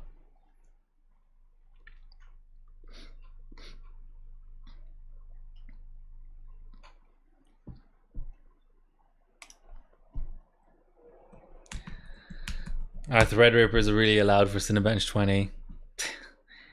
I've very much doubted forks. Less cheese, please. Just straight up benching for a change, I think would suit people well. Workstation hardware is, League makes the point of just, workstation hardware is just, banned by default in everything. Maximum 16 cores, 59, 50X, WX. Is that a 16 core? I didn't know that the current socket, it is 16 core, but I mean, it's not explicitly banned in there, but I thought workstation hardware was just out every comp. I mean, just do straight up benching. You can win Country Cup with straight up benching. You don't have to cheese things. Router OS. So I haven't really looked into it all that deeply. It seems like pfSense and am I getting that wrong? It's called pfSense, right? pfSense and Open. God, I've forgotten what it's called. Open something? Open VPN? God. OpenSense. PF. Oh, they're both called Sense. That's the confusion. Okay. pfSense versus OpenSense. And I'm currently put OpenSense on there.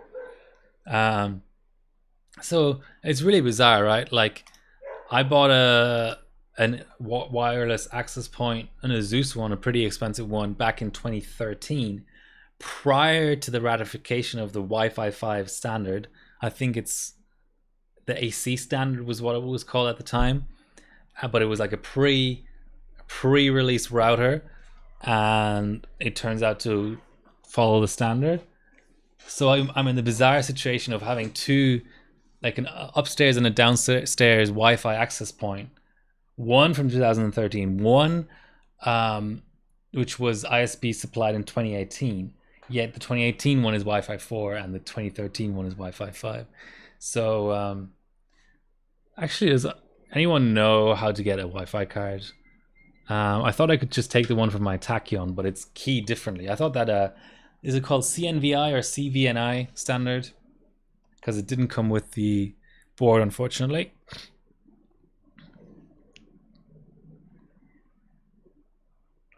VYOS.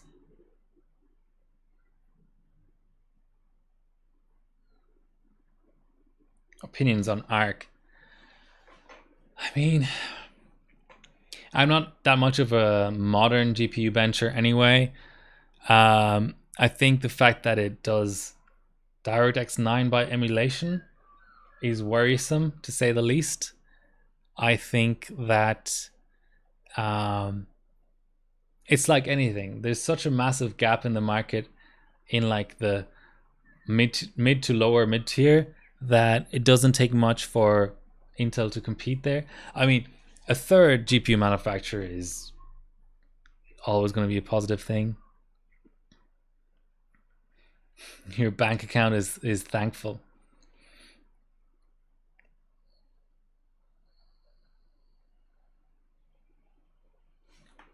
$4090 I think is insane. Like the uplift, we haven't even seen real scores.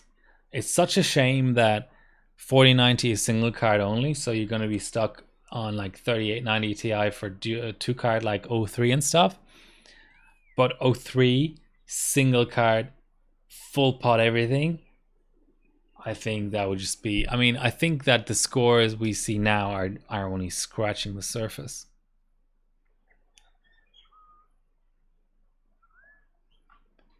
Yeah, CNVI is an Intel thing, but that's an Intel board. That's a LGA 1700 board. So 03.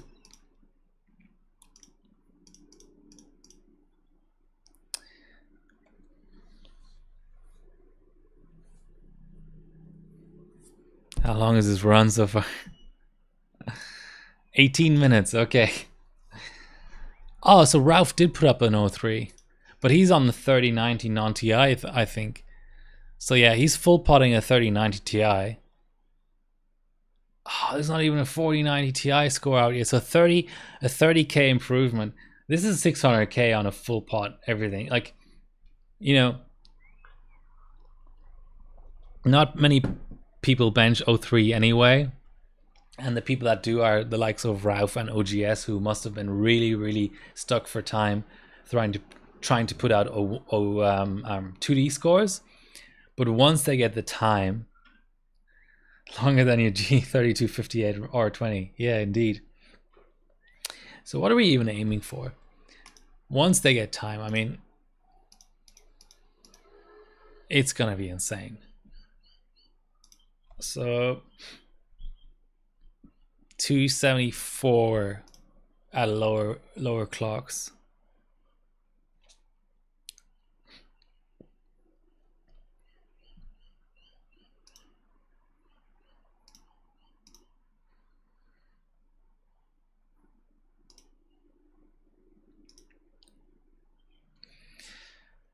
Ah, man. So there's only one score. What else is an easy thing to run on Windows 7?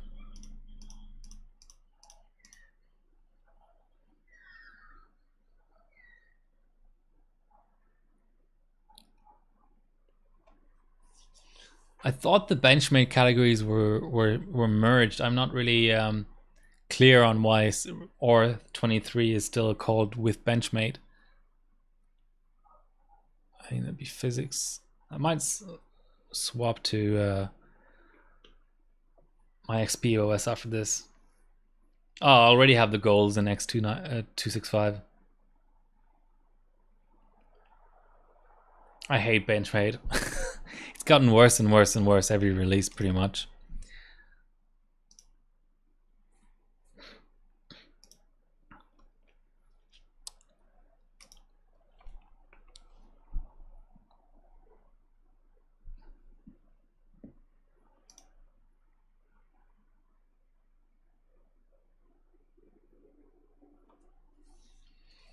Nah, Geek is not better on Windows 10 on AM2.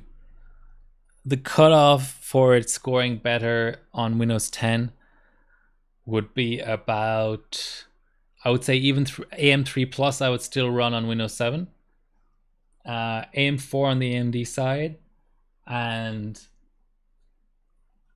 maybe Skylake on the Intel side. I already have. I'll get the gold. Oh no, I'm too many clocks behind Ale Slammer for the Geek 3 gold, but I have the Geek 4 and 5 goals. Okay.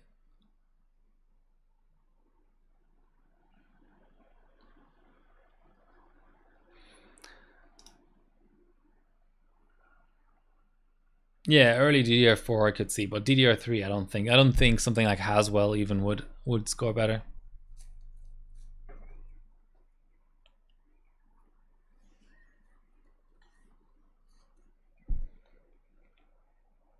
So what's the P-Core only Geek these days? Yeah, X99 I could see as well.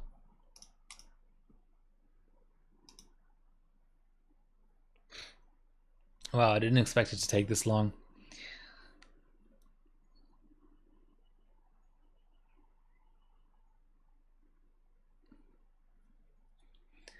For either my tab to load or for Cinematch 20 to finish. Okay. I wonder if 100k is possible. Probably not, to be honest. Probably not.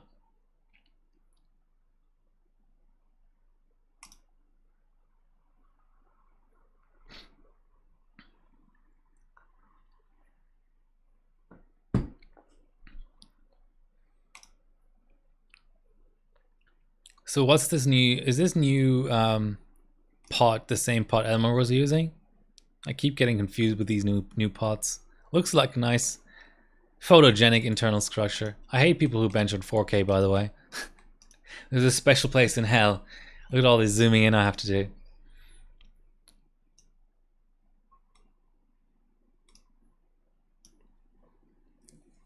$880 C30. Yeah, it's better than ultra wide, but that's like saying it's better than Pest is better than Kolara or something.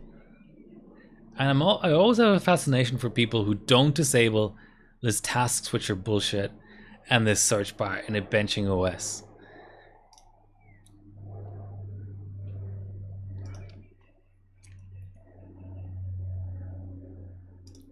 Was there a big 05 put up, by the way? 05 is the big, you know, YOLO clock your cores as high as possible. More so even than 05, 06 and 03.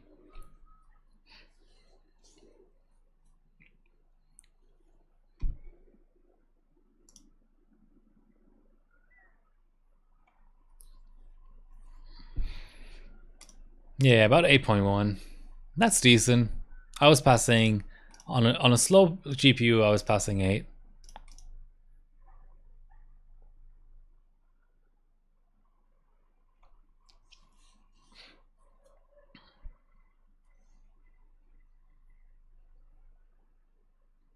So no one has any, like, do I need to go on videocards.com or something? Like, does anyone have anything at all about RDNA 3.0? I'm really interested.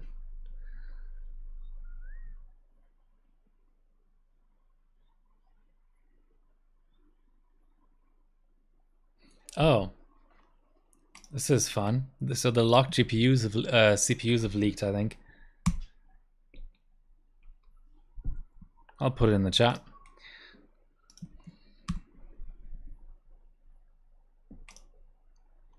So benching relevant would be potentially 13500, 13400F, that kind of thing. What's the core counts? Oh, here we go. This is what we want to know. So, oh damn, the i5s are all getting four cores.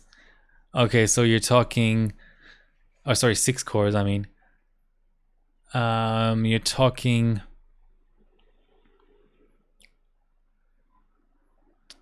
13100F, 0E. What's ARC 12100F? How much unified cache does that have? 12 as well. 4.3, 3.4. Not that much of an upgrade, right? Yeah, okay. And I wonder if there'll be a 2-core. Maybe my locked chips will still be relevant. I wonder if there'll be a 2-core Pentium. Is there any mention at all of Pentium? Nope. Very, very, very quiet around this new gen of AMD cards.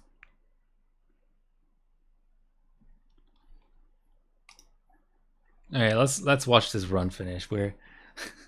We must just be like minutes away.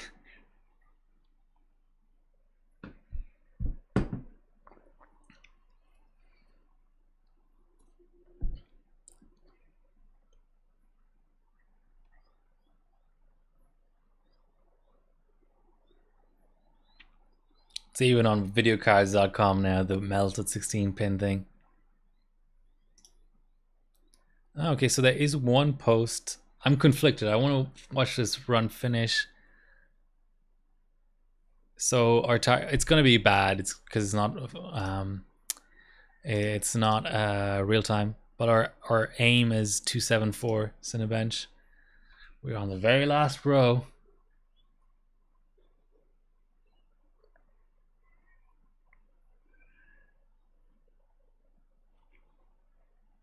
Looks like it's hardly moving, but believe me, it is moving.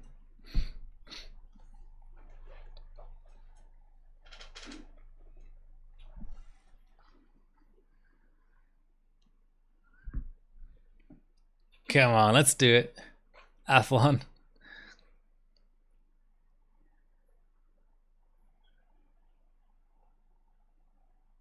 I still hate the fact that Maxon made us render a goddamn couch. The previous Cinebenches were so interesting compared to this. Here we go, the last tiles are coming. Our run is at 28 minutes and 49 seconds currently. Will we break the 29-minute barrier? 600 points.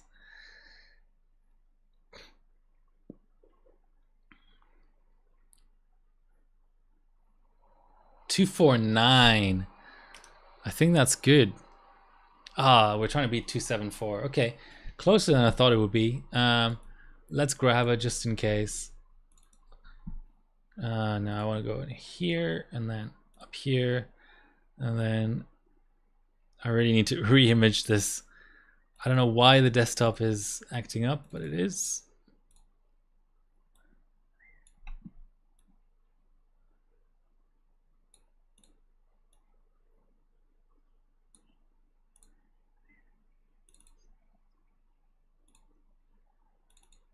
There we go.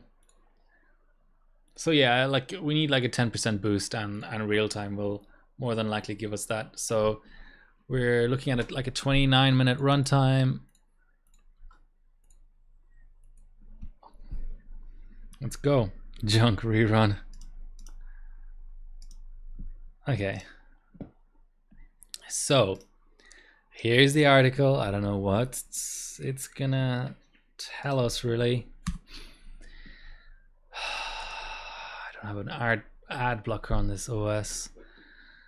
Oh, XTX has not been used since the X1000 series. Okay, I like that already.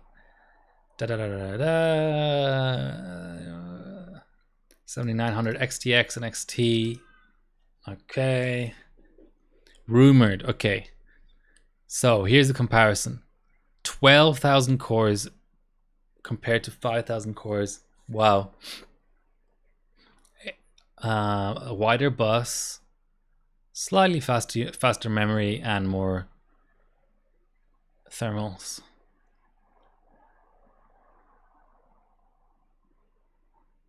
Some AMD internal runs. I mean, that's never been a thing. You know, you gotta remember, RTG is still a thing, right? Like Radio Technology Group. It's a little bit like, I work in the airline industry, so I'll compare it to an airline merger.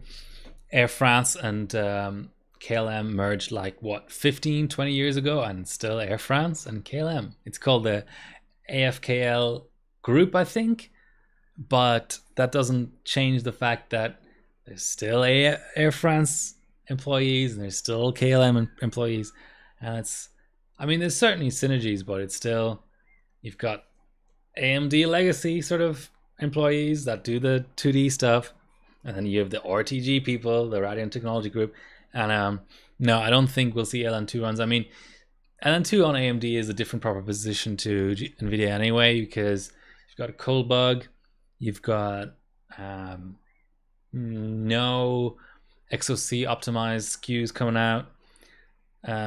You have, and therefore you have, and you have signed biases, so you can't really, you can only go so far with the power limits and stuff. Yeah, not good LN2 scaling. I mean, it did, you know, maybe a 3000 megahertz card would do 3150 on LN2 or something. Whereas, you know, compare that to like the 2000 series RTX, which does 2000 ambient or 2700 cold. Yeah, slider limits, all that stuff. Okay, while this run is ongoing, I may as well do a small sort of like stage preview for Country Cup.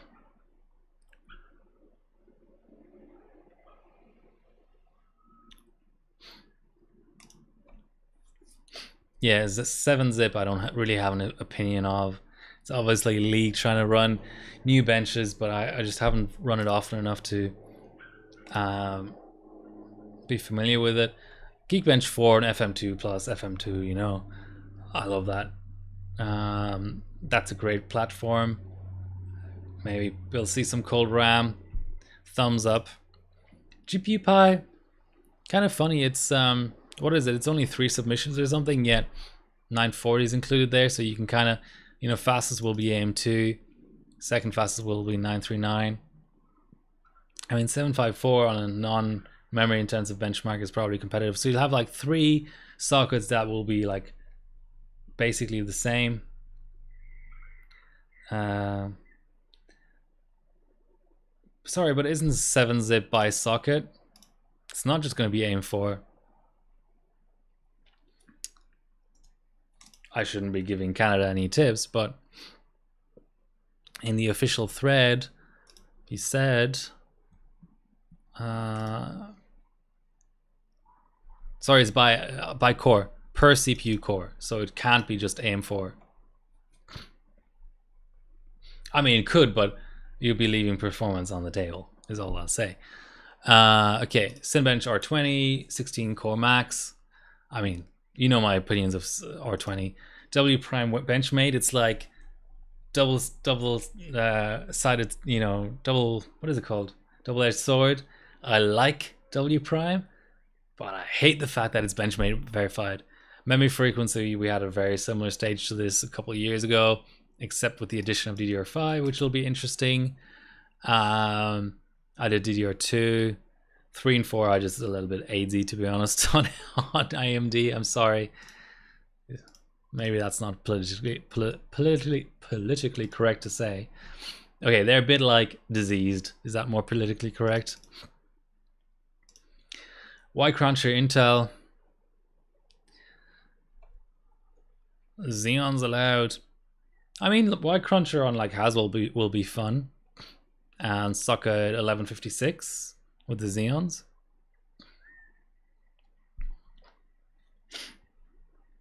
Yeah, I like that bench, even though it's horrible to optimize for. CPU profile max. Yeah, again, not really a bench I know a lot about. But it'll be fun because the 4 and 6 core will be the 4 core will be the locked Alder Lake, right? Non-K 3 Mark 11 physics is just like a meme stage, to be honest. Frequency, it's just dumb that it's all cores enabled. Just let us just all out. The fact that Raptor is banned is dumb anyway. Let us just all out Raptor and get like 5 subs that are over 4 HE. That would just be so much more fun than this bullshit. 32M per socket. Big fan of that. Hate the fact that it's benchmade verified.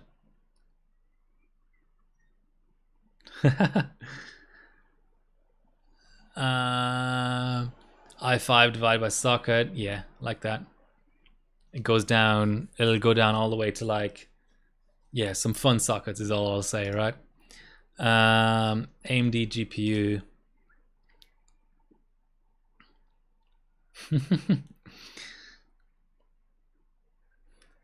Okay, so Heaven Crossfire on the HT3000 series. Big fan of that generation, even though I haven't benched enough of it yet. Oh, sorry, Cayman and Bart's, even better. Love 6000 series. That whoever runs that will be fun. Vega GPU Pi. We've had that too many times in Country Cup. We've had 32B, we've had 1B, and people always want to game it with, you know, running Frontier editions and running the Vega Nano, whatever. It's just dumb. 2 cores for Fire Strike Extreme on dual cards. Yeah, too similar to the Ultra stage we had a couple years ago. 05 3000 series. Only use socket AM3 and AM3 Plus. Okay. Fun. All Out. Is that mentioned in the...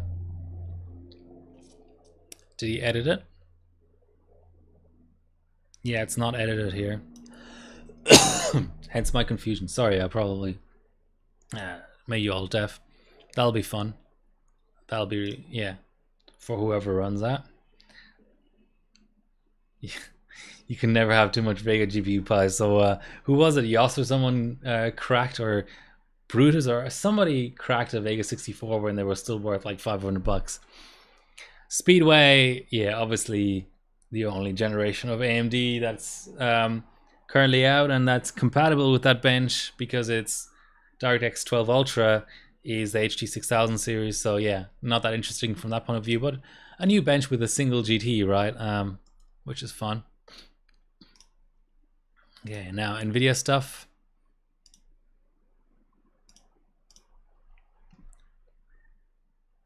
Speedway, yeah, just gonna be new and fast GPUs, nothing big. Yeah, of course it was Yoss. Yeah, maximum VRAM, because it's so easily verifiable via GPU-Z. That's, I wonder if there's some sort of cross-flashing. Not that I advocate cheese, but I wonder if there's some SKUs of NVIDIA cards that you could cross-flash, like a TI that has more than 8G, just as an example, versus a non-TI that has less than 8G, where you take the TI for the better bin core, or the more cores, and you cross-flash the non-TI bias or something. But then the shade number of shaders will be off, right? And it will get pulled. But TimeSpy GT is only a big fan of that. I like TimeSpy. 1000 series 32B solid stage, nothing too innovative there, but solid stage. 8 series, I approve of really old stuff. 06 though, so probably want to run that on like a 9900K, or maybe even like a 9980XE or something. This stage is a bit convoluted, but I like Wildlife the bench. Yeah, so solid overall, just too many stages. 22 stages is just ridiculous. Okay. We are 10 minutes into the bench.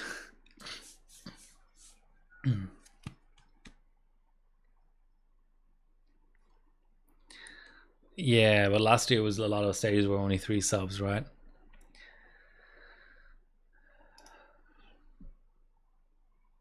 What does everyone think of my proposal to move Country Cup? I know it's been brought up before, but I think now that seemingly Intel releases are permanently in this pre-Christmas slot, it would make so much sense, because so many people are just busy benching the new gen, which then inevitably, because of the closeness of its release to that comp, will then not be legal in that comp, which is a shame.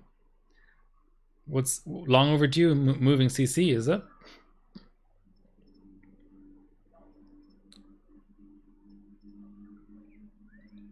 Yeah, I don't even know if I'll be benching Country Cup, but yeah, if I end up benching Country Cup, I'll be looking forward to HT3000 series and FM2 Geekbench 4 the most, I think. Yeah, like it used to be that the way the year worked was like challengers and little bits and pieces like that in January to like April, and then May June is the build up to the big Intel release at Computex. Then you have like basically a couple of months of just benching that new generation, completely clear of anything else, and then you have September, October Country Cup, and November, December. Sorry, Team Cup, and then November, December Country Cup. But now you have like the first half of the year pretty much entirely empty, and then everything squashed together from October onwards, which is just not ideal at all, at all. I feel like my voice is kind of going. I haven't streamed in a long time. All right, ask me anything. I'm gonna start benching AMD again, AM4 and AM5. I mean, I'm already benching AM2 here, and really liking it. Getting into DDR2. Not to toot my own horn or anything, but I got an interesting sub out the other day. I ran my golden FX 8350, and I already had the Cinebench 11.5 there. And what else do I have? I have second in GPU Pi. I have all the W primes, I think. I don't have SuperPi 1M, I don't think, because I think there's like an 8.2 crazy run by Der Bauer. AM3 maybe? What's that in response to? I mean, AM3 is crazy popular, and I benched it a shit ton. I have like a lot of the best chips in the world. Okay, so I have the two W primes. Let's see what SuperPi 32M is, the AM3 Plus record, which I will aim for on cold RAM soon. Yeah, I don't have the 1M or the Pi Fast. I should be able to take these smaller records, but I have an 8.3 valid. I already had Cinebench 11.5, but now I have the R15, and look at the efficiency. Let's compare the 11.5. Yeah, you're definitely new here. So here I was just able to scrape it out. Can we get some sort of split screen going? So this is my new sub. I have backups. I don't think there's a big surprise there, but I have backups. I ran full pot PSC for Cinebench, and it scales. People keep there's naysayers out there, but on AM3 Plus, certainly past like 7.3, 7.4, the scaling with the core becomes really poor, because you begin to scale a lot more with CPU Northbridge and memory. So I ran memory on cold for this. So here's my non-cold sub.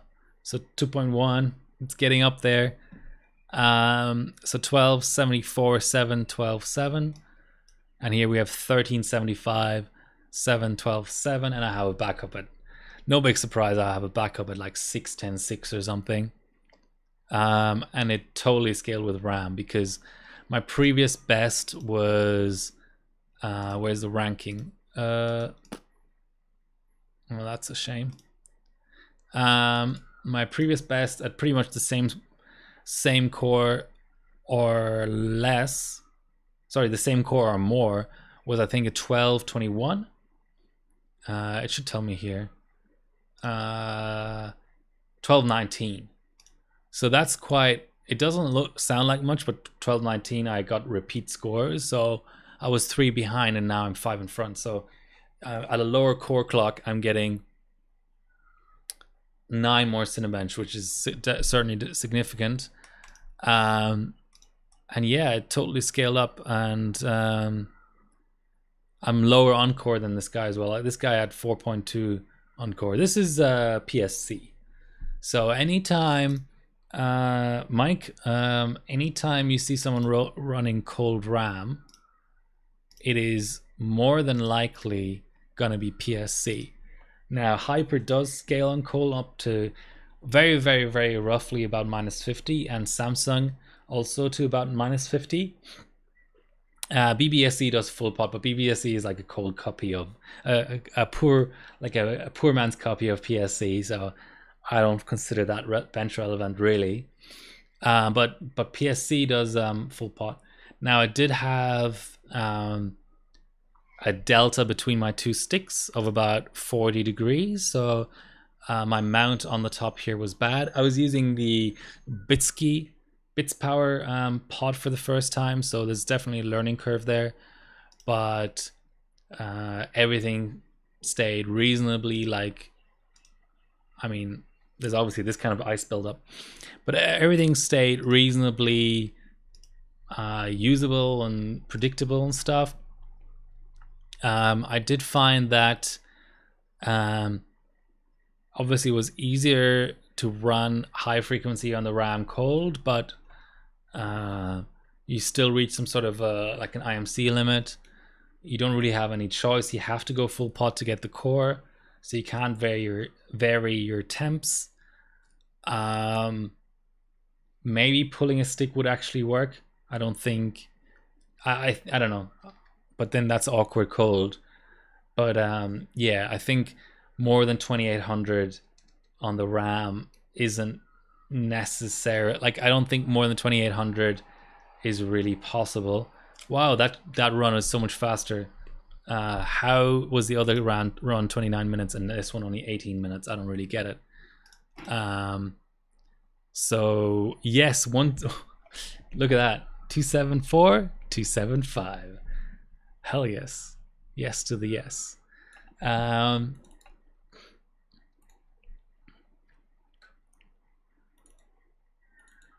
Nice.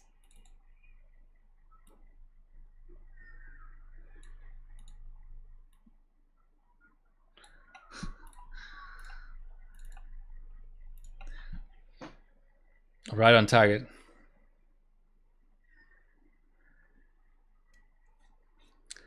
Is it Matthew WRS? I remember that person.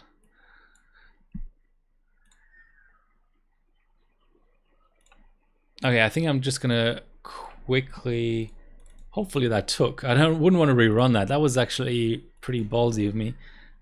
275. I don't know why they reorder like that. And now I don't have the possibility to disable cores. I could park a core using Windows, but I'm just going to quickly do some valids, and then it's going to be the end of the stream. I think I've been going 2 hours and 20 minutes. It's been fun. I hope to maybe even stream every week now again. But yeah, my voice is just going a little bit, and I also need to have a bit of food.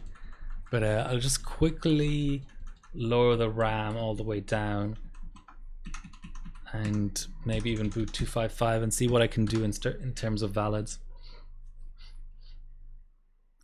So C1, and then it should go 25, 26. Okay, that's the post.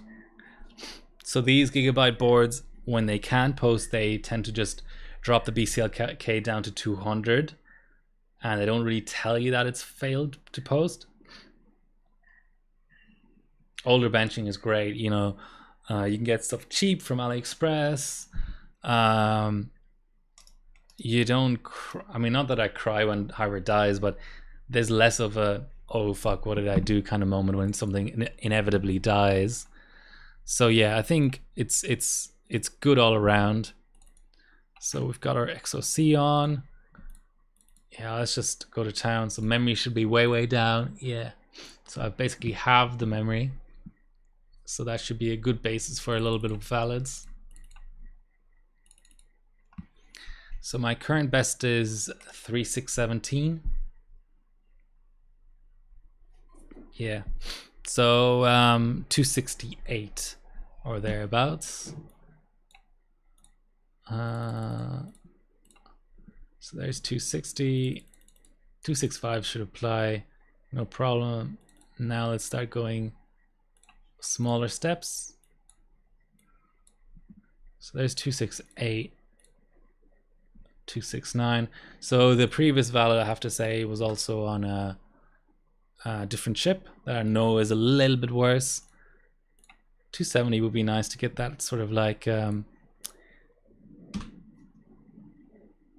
milestone. So there's 270. Let's quickly go back into the ranking to see what we're doing.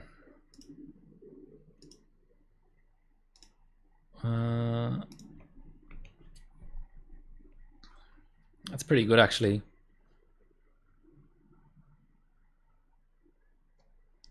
So that's a 3645 or so.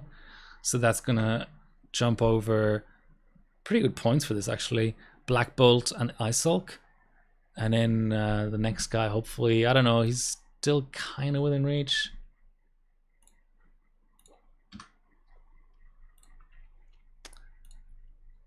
Need a lot more for that though.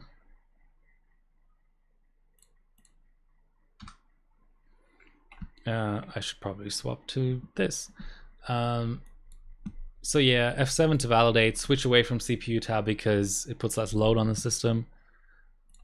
I mean, on XP this would probably do better, but this is what I'm booted into now. Okay, so I think the next BCLK step would be beating this guy. So we've got a 3698, and this guy has a 3697, so that's nice. These two I could still see. That, so I guess at this point it does become relevant that this board is limited to 1.55. What's this guy running? Ah, can't tell. Okay, let's just see. Let's just see how far we can get.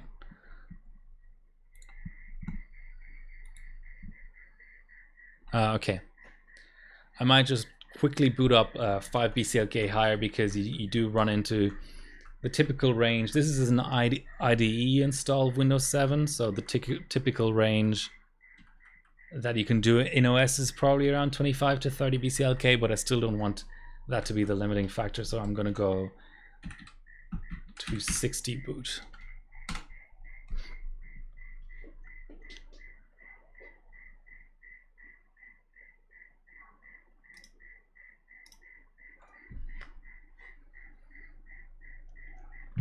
Okay, that's really nice. I don't think my other chips booted. Well, it hasn't booted yet, but you know, posted 260. Never mind booted.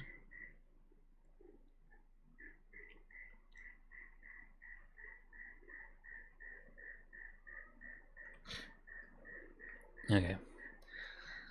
I think this will be my last hurrah for this stream. It's been fun hanging out with you guys, but next lockup shall be, oh, and 32-bit version can be lighter as well. I mean, XOC is the main thing to consider, but 32-bit version usually validates a little bit higher as well. Booting 3.5 is pretty damn good.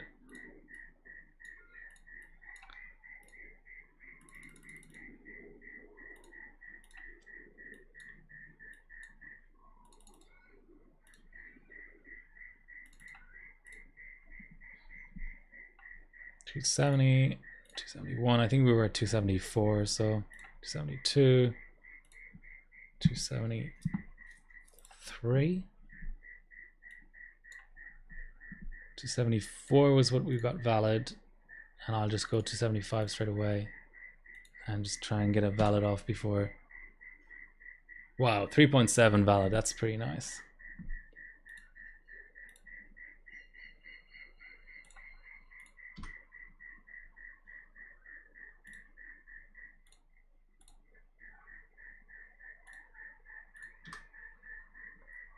Keeps going up and up and up.